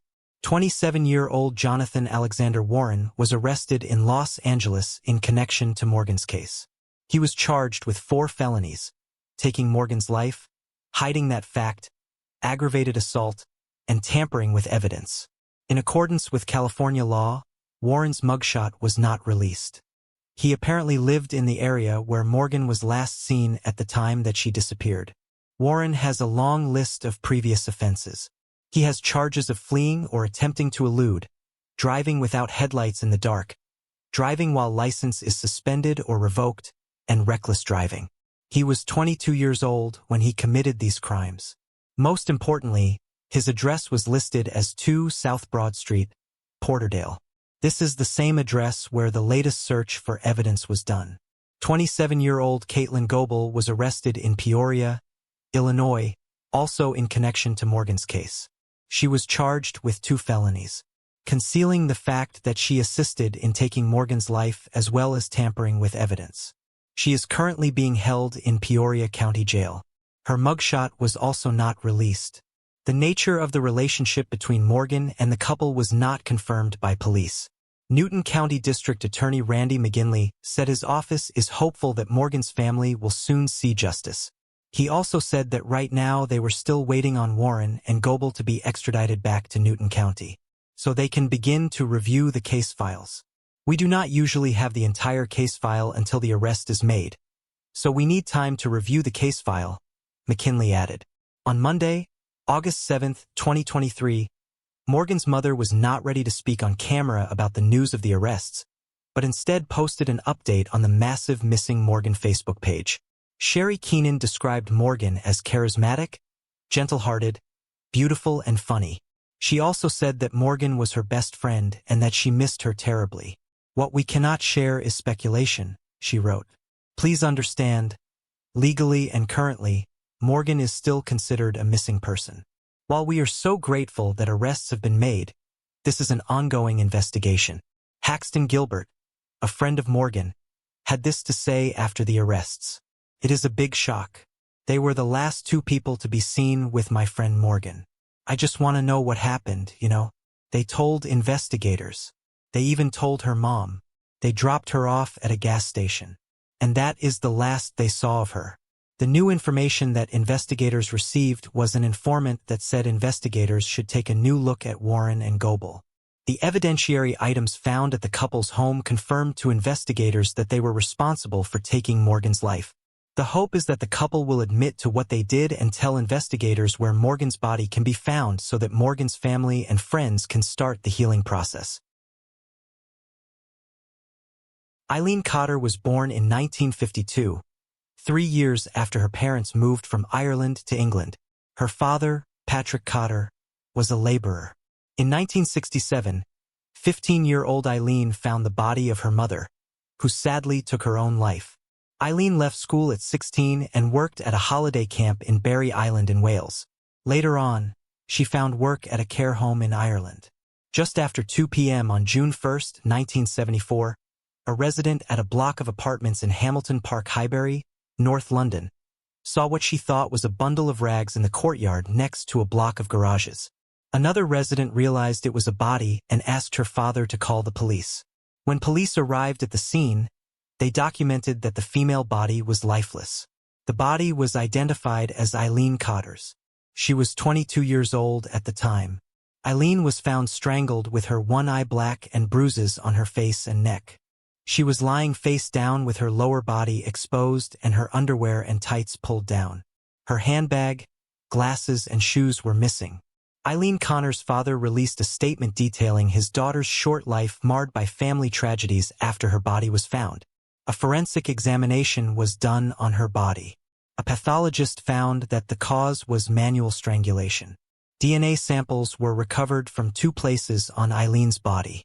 The DNA was used to extract DNA profiles, but unfortunately, no matches could be made at the time. Police interviewed 92 potential suspects and carried out an extensive operation to identify local curb crawlers in their effort to find the attacker. Unfortunately, he was not identified and her case went unsolved. In 2012, 37 years after Eileen's body was found, the investigation was reopened following advances in DNA profiling. The trail went cold for 7 more years until 2019 when John Applegren came to the attention of police for attacking his wife and Smythe Applegren. He lived in the same area as Eileen when the crime was committed. John Applegren is an 80-year-old pensioner who was formerly a mini-cab driver and a bricklayer. He is from South Africa and had previously been married in South Africa to a woman with whom he had 2 children. It is not clear if and Smythe Applegren is his second or third wife, as there are no details of a second wife, although many sources call and his third wife. It was in February 2019 that he was arrested for domestic assault by his then-wife and Applegren. There was a breakthrough when police took Applegren's DNA for the first time. The sample was a 1,000,000,000 probability of a match to the DNA collected from Eileen Cotter's body. When interviewed, he claimed that he did not know Eileen, but accepted he had relations with other women during his marriage. On June 22, 2022, John Applegren was arrested and charged with the slaying of Eileen Cotter. The arrest was made after investigators concluded that Appelgren is 100% responsible for what happened to Eileen. Detective Chief Inspector Lawrence Smith said that if someone knocked on his door and arrested him for a crime of almost 50 years ago, he would repeatedly plead his innocence until he could no longer speak. That was not him. He was very calm about it. He had an aura of, dare I say, evilness about him. Appelgren appeared at the Bromley Magistrates Court on Thursday, June 23, 2022, where he was remanded into custody. The judge fixed a trial of up to 4 weeks from June 6, 2023. Opening the prosecution's case, prosecutor Alexandra Healy said that DNA samples taken from Eileen's body in 1975 matched those of John Appelgren of Brighton Close in Sydenham, southeast London. During the trial, she told jurors that in 2019, Appelgren had come to the attention of police for attacking his wife. The court heard Appelgren was seen on the night of the slaying in 1975 at a Finsbury Park hot dog stall where Eileen would often go. Miss Healy also told the jury that it appeared Eileen had been pushed out of a car after she and Appelgren had intercourse. She described to the court her body was discovered in the position it fell, without shoes and with her tights and underwear still around her right leg. Appelgren hit Eileen in the face and throttled her before throwing her body out of his car. The defendant was 31 at the time. This happened just 6 weeks after the birth of his first child with his then-wife, and Appelgren told police in 1975 when he was interviewed as a potential suspect that he was living in Leighton and never went to the Finsbury Park and Highbury area, which was a lie. Ms. Healy also said, Eileen did not have the defendant's DNA on her underwear and tights because she never pulled them up after they were together. She never pulled them up because she was not alive anymore.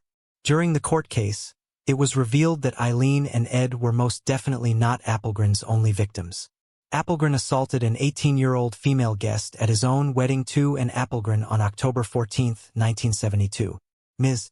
Healy told jurors the incident only came to light years later when police interviewed an Appelgren as part of the reinvestigation into Eileen's case in 2012. Ms. Healy told jurors that Appelgren had pushed the 18-year-old woman against a wall after she left the toilet at his wedding reception and assaulted her. The victim had not told anyone about the incident, as she was afraid she would be blamed. The teenager told an Appelgren about the assault after the pair later divorced.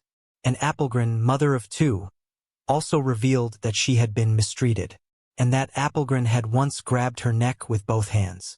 She added that she believed he was cheating on her just months after their 1972 marriage and later found out he was sleeping with her brother's wife. After 11 hours of jury deliberation, Mrs. Justice May announced the jury's final decision. She told Appelgren that putting your hands around a young woman's neck and squeezing hard carried a high risk which ought to have been obvious. The judge added, Eileen must have been terrified. The jury found Appelgren guilty on Friday, June 16, 2023, following a 2-week trial. In addition to being found guilty of manslaughter, he was also convicted of indecent assault. Justice May then sentenced Appelgren to 10 years for manslaughter and a further 6 months for the earlier assault to run consecutively. This means he will be eligible for release on parole after 5 years and 3 months on June 21, 2028, when he is 85 and hopefully worm food. In mitigation, Justin Rouse listed Appelgren's health problems, saying the defendant would be affected significantly by serving his sentence. Detective Chief Inspector Lawrence Smith said, Eileen's life was tragically ended at a young age, with her body then discarded onto the street. When my team reviewed the original investigation, we were impressed by how thorough it was. Investigators at the time used every available method to find the suspect, including operations with decoy women. This was a tactic used at the time where female police officers under protection were placed at the scenes of crimes in efforts to draw out predatory men. Smith continued, unfortunately, they did not have the science available to us now. And although he should have been in prison decades ago, he has now been brought to justice. Investigating violence against women and girls is a priority for the Metropolitan Police, and we will relentlessly pursue predatory men, whether a crime took place decades ago or today.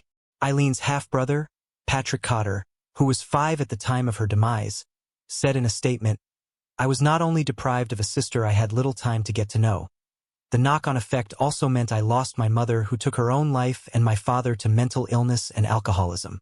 This was all brought about because John Applegren took Eileen's life. 3 years after Eileen's strangling, my mother took her own life as the relationship between her and my father broke down significantly.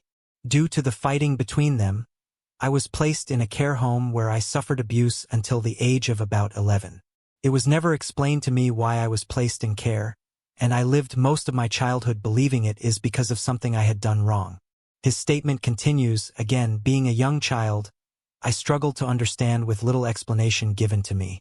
My father drank heavily, but Eileen's demise and the loss of my mother caused him to drink even more, and he was eventually admitted to Springfield's psychiatric hospital. Following this, my father went to live with his brother in Ireland. However, his drinking became too much and he also passed away. According to Patrick Cotter Jr., he has no memory of Eileen's funeral and has no idea whether she was buried or cremated. He also has no idea where she was laid to rest. As a result, he had never been able to visit her grave. Patrick continued, I spent a very unhappy childhood moving amongst various care homes and foster homes. However, when I was 14 years old, I was placed with my foster parents, John and Yvonne. I was very fortunate to be placed in a loving, caring home. They explained various aspects of my life that I did not know or understand, filling in the gaps, so to speak. I also had a half-brother from my mother who was 17 years older than me. However, when I was taken into care, he was told to avoid any contact with me. I felt as though I lost him as well. He was someone I was very fond of and have happy memories of. But this was also taken from me. Patrick Cotter concluded, I would like to see justice for Eileen, whose life was cruelly cut short 49 years ago. As a result of the traumatic event during my childhood, I shut down emotionally. It has made it difficult for me to form close relationships. I only have very faint memories of my sister, but I believe she cared for me. Gretchen Eleanor Harrington was born on June 13, 1967 in the quiet town of Marple Township, Pennsylvania. She was the beloved daughter of Harold Boyd Harrington and Anna Cover Harrington. Gretchen had 3 sisters, Zoe, Anne, and Jessica. The girls grew up in a household filled with love and sibling companionship. Their close bond and support undoubtedly played a crucial role in shaping Gretchen's character and forming cherished memories. Her father, Harold Harrington, was a pastor and dedicated his life to serving various congregations of the Reformed Presbyterian Church of North America. On the morning of August 15, 1975, 8-year-old Gretchen Harrington left her home on 27 Lawrence Road in Bromall, Pennsylvania, with her Bible in one hand. She was on her way to go to summer Bible school camp at the Trinity Church Chapel Christian Reformed Church on 140 Lawrence Road. This was the premises of 2 local churches. Gretchen's father was the pastor of the one church, and David Zanstra was the pastor of the secondary church. She was eager to attend Bible school. Usually, she walked the half-mile with her older sisters, Zoe and Harriet. But on this particular day, though, her mom, Anna, was bringing home her newborn baby, Jessica. Zoe and Harriet preferred to stay home and wait for their arrival. Pastor Harrington encouraged Gretchen to go to Bible school to keep up her perfect attendance record. Therefore, Gretchen was all alone as her father waved goodbye to her. She began her stroll up the hill to the church just after 9 a.m. A child walking alone on a sunny summer day in a place like Marple was hardly unusual. It was not regarded as dangerous or risky. This was the 1970s in a leafy suburb. Kids played various games outside till all hours. They played on the streets, in the dark, and in the woods. They cooled off in Darby Creek, which ran behind Gretchen's home without a care in the world. Kids walked to their friends' houses blocks away. No cell phones or GPS watches to tether them to their parents. Marple was as safe could be. At around 9 to 9:30 a.m., the children arrived at the camp, and the first activity on the agenda was a morning exercise session, led by David Zanstra, the other pastor. At approximately 10 a.m., half of the children were then transported to the Reformed Presbyterian Church for the remainder of the day. Zanstra was one of the people responsible for transporting the children. At 10:30, Gretchen's father became concerned when she had not arrived yet at the second church where he was waiting. Harold began searching Lawrence Road to see if maybe Gretchen had wandered off or went home. When he could not find Gretchen, Harold contacted Zonstra's wife, Margaret, who was at the Trinity Church, to find out if Gretchen was still there and if David Zonstra perhaps knew if she was transported to the other church. Margaret told Harold that her husband returned to Trinity Chapel after transporting children. He was somewhere on the property of the church and had not seen Gretchen that day. The Harringtons and Zanstras knew each other well. The two families lived close to one another. Both dads were in the same line of work and both moms filled the stereotypical role of pastor's wife. One of Zanstra's daughters was Gretchen's best friend.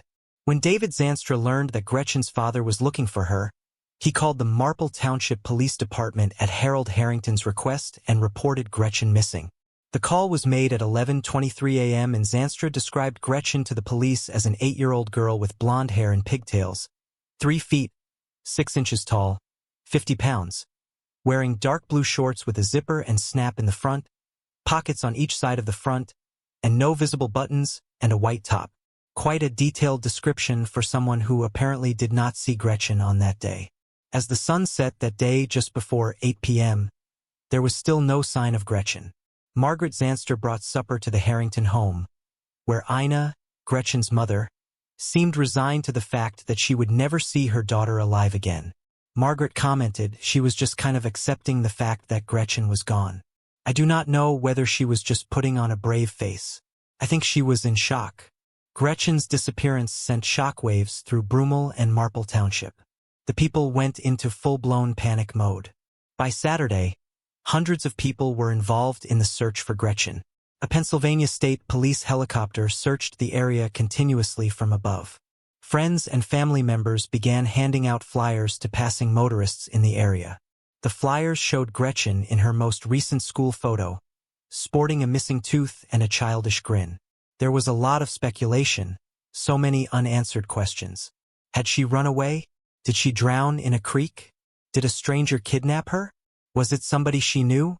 People and church members who searched for little 8-year-old Gretchen said her disappearance destroyed the belief that their community was safe. Karen Frank Zetterberg was a Bible school classmate of Gretchen. They were the same age and lived in the same tightly knit community. After Gretchen's disappearance, Karen's mom took her to the hairdresser to cut her hair real short in order for her to look like a boy. She did not want her daughter to stand out with her long hair. Karen was also not allowed to walk alone to her piano lessons and to the swim club anymore. Paul Barton, who lived in nearby Newton Square, heard about the search on his police scanner while he was relaxing in his backyard pool. He soon drove down to Darby Creek to join a search team. His group combed a grassy hill. Barton recalled, "There was just this very solemn feeling amongst all of us who were out there searching. We went out there not knowing what to expect, what we might find. We were looking for something, anything, but we found nothing. Nobody did." That Sunday, just 2 days after Gretchen's disappearance, police called off the large-scale search operation. Investigators had little to go on. The police chief told a local newspaper, "We haven't got a clue." No useful clues of any kind were found by the search parties. In the weeks that followed, the police spoke with several people to piece together what had happened to Gretchen. On August 17, 1975, the interviews began for the investigation. Witnesses, camp teachers, students, and parents were interviewed by police, providing various important facts for the case. Crucial pieces of information were the observation of either a green station wagon or light-top, dark-bottom Cadillac stopping to talk to a girl near the church. Another fact that was brought up was that the camp's daily routine was broken on August 15 because the group at Trinity Church stayed 45 to 50 minutes longer than usual. The investigation took a turn on August 19, when a small pair of shorts were found on a fence post in Westchester, Pennsylvania. David Zanstra was called in to talk to police based around the fact that he provided such a specific description of Gretchen's shorts, although according to him, he never saw her that day since she never arrived to camp. The shorts found in Westchester ultimately ended up not being Gretchen's. But investigators were still left questioning how Zanstra knew such specific details about her shorts. When investigators interviewed Zanstra on August 19, He told them that he had picked up some children and driven them to the church the day Gretchen went missing. He still denied having seen her that day. On October 14th, 2 months after Gretchen disappeared, a jogger in Ridley Creek State Park about 20 minutes from Gretchen's home stumbled on human remains. At first, he was not sure what he had found until he saw what was clearly a fingernail. He ran to fetch a park ranger. Gretchen's parents confirmed that the distinctive clothing found with the remains was hers. Ina made the girl's clothes by hand. The remains found were of a small human body, which the autopsy later revealed was indeed Gretchen Harrington's. Dental records were used for identification purposes. Dr. Halbert Feilinger performed the autopsy. He found a cranial cerebral injury and stated that Gretchen had suffered 2 or more blunt impacts to her skull, leaving her with a depressed skull fracture. Police suspected that she had been assaulted as well. Though the autopsy revealed no evidence of that, the heart-wrenching discovery left everyone mourning the loss of a promising young life. The Sunday after Gretchen's body was found, her father Harold delivered a sermon at church. Gretchen, with her simple faith in Christ, is free, he declared. But the perpetrator is in terrible bondage. The world is filled with unspeakable evil, because of the wickedness of the human who knows the truth but will not accept it. The discovery in the woods led to a new frenzy of activity in the case. Witnesses came forward with reports of men of various descriptions they had seen in the area where Gretchen was found. Police received numerous tips, some sounding very promising, some completely frivolous. On October 30th, 1975, David Zanstra was called back to the police station for a further interview about the morning of August 15th. Zanstra told police that he started picking up children for the opening session at 9:10 a.m. and was finished with the pickups and back at Trinity Chapel by 9:30 a.m. He denied ever seeing Gretchen and told police that he was unaware she was even missing, until he was called to the Reformed Church at 11:05 a.m. by Harold Harrington, Gretchen's father. Investigators looked into a series of potential suspects, including several known offenders of assault living in the area. Nothing led to an arrest. What happened to Gretchen became a mystery for decades. No one knew who took her life. The case went cold. Joanna Falcon Sullivan was only 9 years old in 1975 when Gretchen's slaying took place. She was born and stayed in Broomall, Delaware County at the time. The case had always haunted Sullivan. She became a veteran journalist and wrote a true crime book detailing the ongoing investigation in Gretchen's case. Sullivan said, "I had wanted to write this story for decades. I grew up in Broomall. My co-author, Mike Mathis, grew up in Broomall as well. He grew up in Lawrence Park where this happened. It affected both of us as kids, and it affected a lot of kids our age."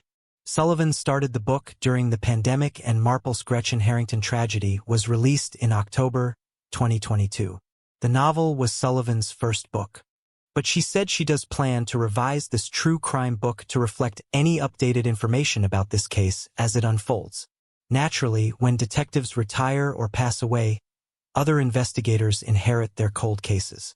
In the case of Gretchen, Sergeant Coffin became the head investigator. When a woman called Marple Police and wanted to talk to somebody about Gretchen, our message went to Coffin's phone. He was sitting at Marple Township Police Headquarters when he heard the voicemail. The woman said she thought she knew who was responsible for what happened to Gretchen and talked about an attempted kidnapping around the same time. She also mentioned that she kept a diary in the 1970s in which she recorded some of this information when she was a 10-year-old girl living in Havertone, about 3 miles east of Marple. The woman still had the diary in her possession after all these years. Sergeant Coffin got in touch with Pennsylvania State Police. Though the case remained open with the Marple cops because Gretchen had last been seen in their jurisdiction, the state police technically became the lead investigatory agency once the remains were found in the state park. Coffin noted, "I have 4 detectives in my division. The state police have so many more resources." State troopers scheduled an interview with the woman. She is designated in court documents only by her initials, SF, and CI number 1, the terminology used for confidential informant. The interview would turn out to be a monumental development in a cold case that had been unsolved for nearly half a century. And monumental developments in decades-old cold cases do not happen that often. The woman told the state troopers on January 2, 2023, that she had been childhood friends with Gretchen and Zoe Harrington, one of Gretchen's sisters. She was also friends with David Zanstra's daughters, Mara and Kristen, and that she would often play at the Zanstra home. She frequently slept over at their house. During one of these sleepovers, when she was 10, she told the troopers she awoke in the middle of the night to find Pastor Zanstra touching her inappropriately. She shifted her position and he immediately hurried from the room. The next night he touched her again, she said. When the girls woke up the following morning, the woman said she mentioned David Zanstra's odd behavior to Mara, his one daughter, and then Mara told her something to the effect of, "Does that sometimes, and sometimes I hear my sister crying in the middle of the night." When the girl related the incidents to her parents, they told her she was not allowed to sleep over at the Zanstra house anymore. Notably, police believe the incident in question occurred exactly 1 week before Gretchen vanished. A short time afterwards, Zanstras moved to Plano, Texas, a Dallas suburb. The confidential informant also told state police about another child in the neighborhood with whom she was friends, a girl named Holly. According to her, somebody had attempted to kidnap Holly. She wrote the following entry in her diary, which she turned over to the state troopers. In one entry dated September 15, 1975, she wrote, "Guess what? A man tried to kidnap Holly twice. It is a secret, so I cannot tell anyone, but I think he might be the one who kidnapped Gretchen. I think it was Mr. Z." She confirmed to the troopers that the Z stood for Zanstra. Local police had questioned Zanstra twice back in 1975, along with many other people. Some witnesses had said they saw Gretchen outside a car, talking to someone sitting inside on the morning she disappeared. Some of the descriptions of the car matched one of Zanstra's, but Zanstra always insisted he had not seen Gretchen on the day in question. Bizarrely though, as you the viewer would already have noted, there was an investigatory gap never explained by Marple police. Zanstra was able to give an accurate and detailed description of the homemade shorts Gretchen was wearing that day, even though he supposedly had not seen her. Sadly, the original Marple detective in her case passed away in June of 2020, and therefore there is no explanation for the investigatory gap. In June 2023, state troopers tracked Zanstra down to a lakefront home in Marietta, Georgia. He and his wife had moved there. Zanstra agreed to meet the troopers at the headquarters of the Cobb County Police Department on July 17, 2023. The troopers questioned Zanstra about Gretchen's disappearance, and he denied any involvement. Then they revealed the newest allegations to him that the pastor had assaulted his own daughters and a best friend. David Zanstra then finally came clean to investigators on what really occurred on the morning of August 15, 1975. Jack Stolzheimer, the Delaware County District Attorney, outlined Zanstra's confession about what happened. Once Gretchen was out of her father's view, Zanstra then invited her into his green AMC Rambler station wagon. Instead of driving her to church, he drove her to a secure wooded area, parked the car, and asked her to take off her clothes. She refused and responded that she wanted to go home. He struck Gretchen with his fist, and she began bleeding from her head. After feeling her pulse and her appearing lifeless, he carried her out of the car and attempted to cover her body with sticks. He then left and went on with his day. Due to the nature of the close relationship the Harringtons had with the Zanstras, investigators determined that Zanstra had the means, motive, and opportunity to take Gretchen's life. David Zanstra was taken into custody in Georgia on July 17, 2023. He is currently being held in Cobb County where he has been denied bail. A DNA sample was collected from Zanstra that would be compared to DNA collected in other open cases in Pennsylvania and across the country. Investigators believe that it is unlikely Zanstra is not involved in other crimes considering he worked with children for decades. Phil Stoddard, a detective in Marietta, Georgia, who sat in on the Zanstra interview, told a TV news crew there that Zanstra was emotionless during his confession to the troopers. Trooper Eugene Trey conducted the interview. Afterwards, Trey said, "I do not know if he is sorry for what he did, but this is a weight off his shoulders for sure."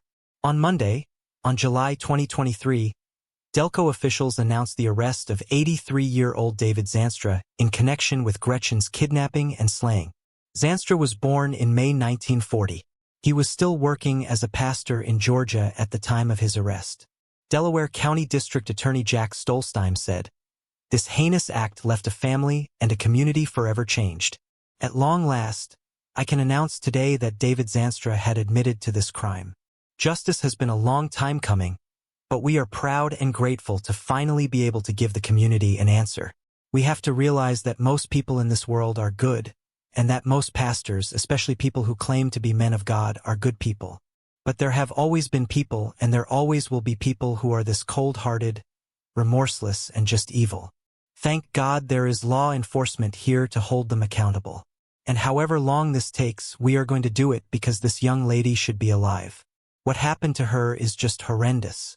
Stolsteimer added that Zanstra was fighting extradition to Pennsylvania, and that his office was seeking a governor's warrant to bring Zanstra to Delaware County. The district attorney's office will submit a petition for requisition. Once approved, arrangements will be made to have representatives from the Delaware County Sheriff's Office pick up Zanstra and bring him to Pennsylvania. The process could take as long as 2 months. Stolzheimer added, "We are going to try him.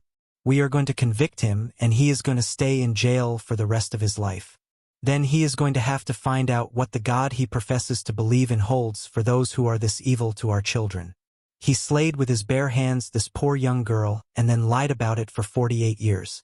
He ended this girl's life that he knew and who trusted him. And then he acted as if he was a family friend, not only during her burial and funeral, but for years." Chief Graff of the police department in Marple Township said during Monday's press conference, "If you are a praying person, you can certainly pray for Gretchen, and I do not think she needs it. She is in God's hands. You can certainly pray for the evil man responsible for this, because he is going to need it." The charges filed against Zanstra have brought a sense of closure to Broomall, Pennsylvania, which has been haunted by Gretchen's case for nearly 48 years. Gretchen's demise had transformed this community. Pre-August 1975, it was Anytown, USA. Post that day, it changed everything for the kids, for the parents, for the families, for everybody, because nobody could do anything anymore in the innocence that they used to do it before this happened. Jim Cristaldi, who as a youth delivered newspapers to the Harringtons, spoke fondly of a pre-disappearance childhood in which he and his friends would spend countless hours building forts in the woods with only the light of the moon. But right after Gretchen vanished, Cristald, a teenager at the time, found himself in search parties in those same woods looking for Gretchen or anything that might have led to her whereabouts. "We were innocent, and this absolutely shattered our innocence." Pennsylvania State Police Lieutenant Jonathan Sunderland said in a statement, "Justice does not have an expiration date. Whether a crime happened 50 years ago or 5 minutes ago, the residents of the Commonwealth can have confidence that law enforcement will not rest until justice is served. This case has been investigated by generations of detectives, and they all are owed a debt of gratitude for never giving up. Particular recognition is due today to Corporal Andrew Martin of the Criminal Investigation Assessment Unit and Missing Persons Unit. His determination to build upon the work of his predecessors and his belief that the case could still be solved have been instrumental in getting us to today's announcement." Michelle DeLon, President and CEO of the National Center for Missing and Exploited Children, said, "Today's announcement is a testament to the power of perseverance and a family and community's commitment to justice. Regardless of how much time has passed, we know answers can be found. As we mark this achievement, we applaud the incredible efforts of the Delaware County District Attorney's Office, the Pennsylvania State Police, the Marple Township Police, and their partner law enforcement agencies, and the Cobb County Police Department for their unwavering dedication in this case. Days like today fuel our ongoing passion to protect children, and we're keeping Gretchen's family in our thoughts, as well as the many other families out there who are still searching for answers. David Zanstra has been charged with taking Gretchen's life in the first, second, and third degree, as well as kidnapping of a minor and the possession of an instrument of crime. The website of the Christian Reformed Church lists Zanstra as a retired minister and said he was ordained on September 20, 1965. In addition to the Trinity Chapel Christian Reformed Church in Broomall, Zanstra also served at churches in New Jersey, California, and Texas between 1965 and 2005. The Christian Reformed Church said in a statement on Monday that had wanted to extend their condolences to the family of Gretchen Harrington. We are additionally grieved to hear that a CRC pastor has been arrested in the case. We recognize that we live in a broken and sinful world where violence can happen anywhere by anyone, even within our churches and by leaders we hold to the highest standards. David Zanstra's wife, Margaret Zanstra, did not immediately respond to a request for comment after her husband's arrest. While the Marple community now has most of the answers it had been seeking for all these decades, many of the residents had not found peace in the shocking turn of events. It was much easier to believe that some outsider had done this. Some deranged, itinerant offender who had somehow wandered into town snatched up a young girl and then disappeared just as quickly, taking his evil with him to whatever unfortunate place he landed next. Instead, it was a respected member of their community, a religious leader with a wife and young girls of his own, a wife who had brought supper to the family of the girl he's confessed to slay. Karen Frank Zetterberg, Gretchen's Bible school classmate. Back then, everybody was surprised that Gretchen would get into a car with a stranger. And now to find out that this monster was hiding amongst us in plain sight all the time, it is just sickening. We were always taught in church that evil exists in the world. But you do not really understand evil until something like this happens. We were far too young to learn about evil the way we did. Sullivan, who wrote the book on Gretchen's case, said after the announcement, "I was stunned. The fact that this case is finally, potentially coming to a close, it is very exciting to hear this news. It is still very sad, you know. We cannot change what happened." I interviewed Zanstra, his wife and his daughter when doing research from my book. Zanstra had a murky recollection of the day Gretchen went missing. There was a sense of fear and apprehension in Brummel. I remember seeing a helicopter flying over our neighborhood in a search effort for Gretchen.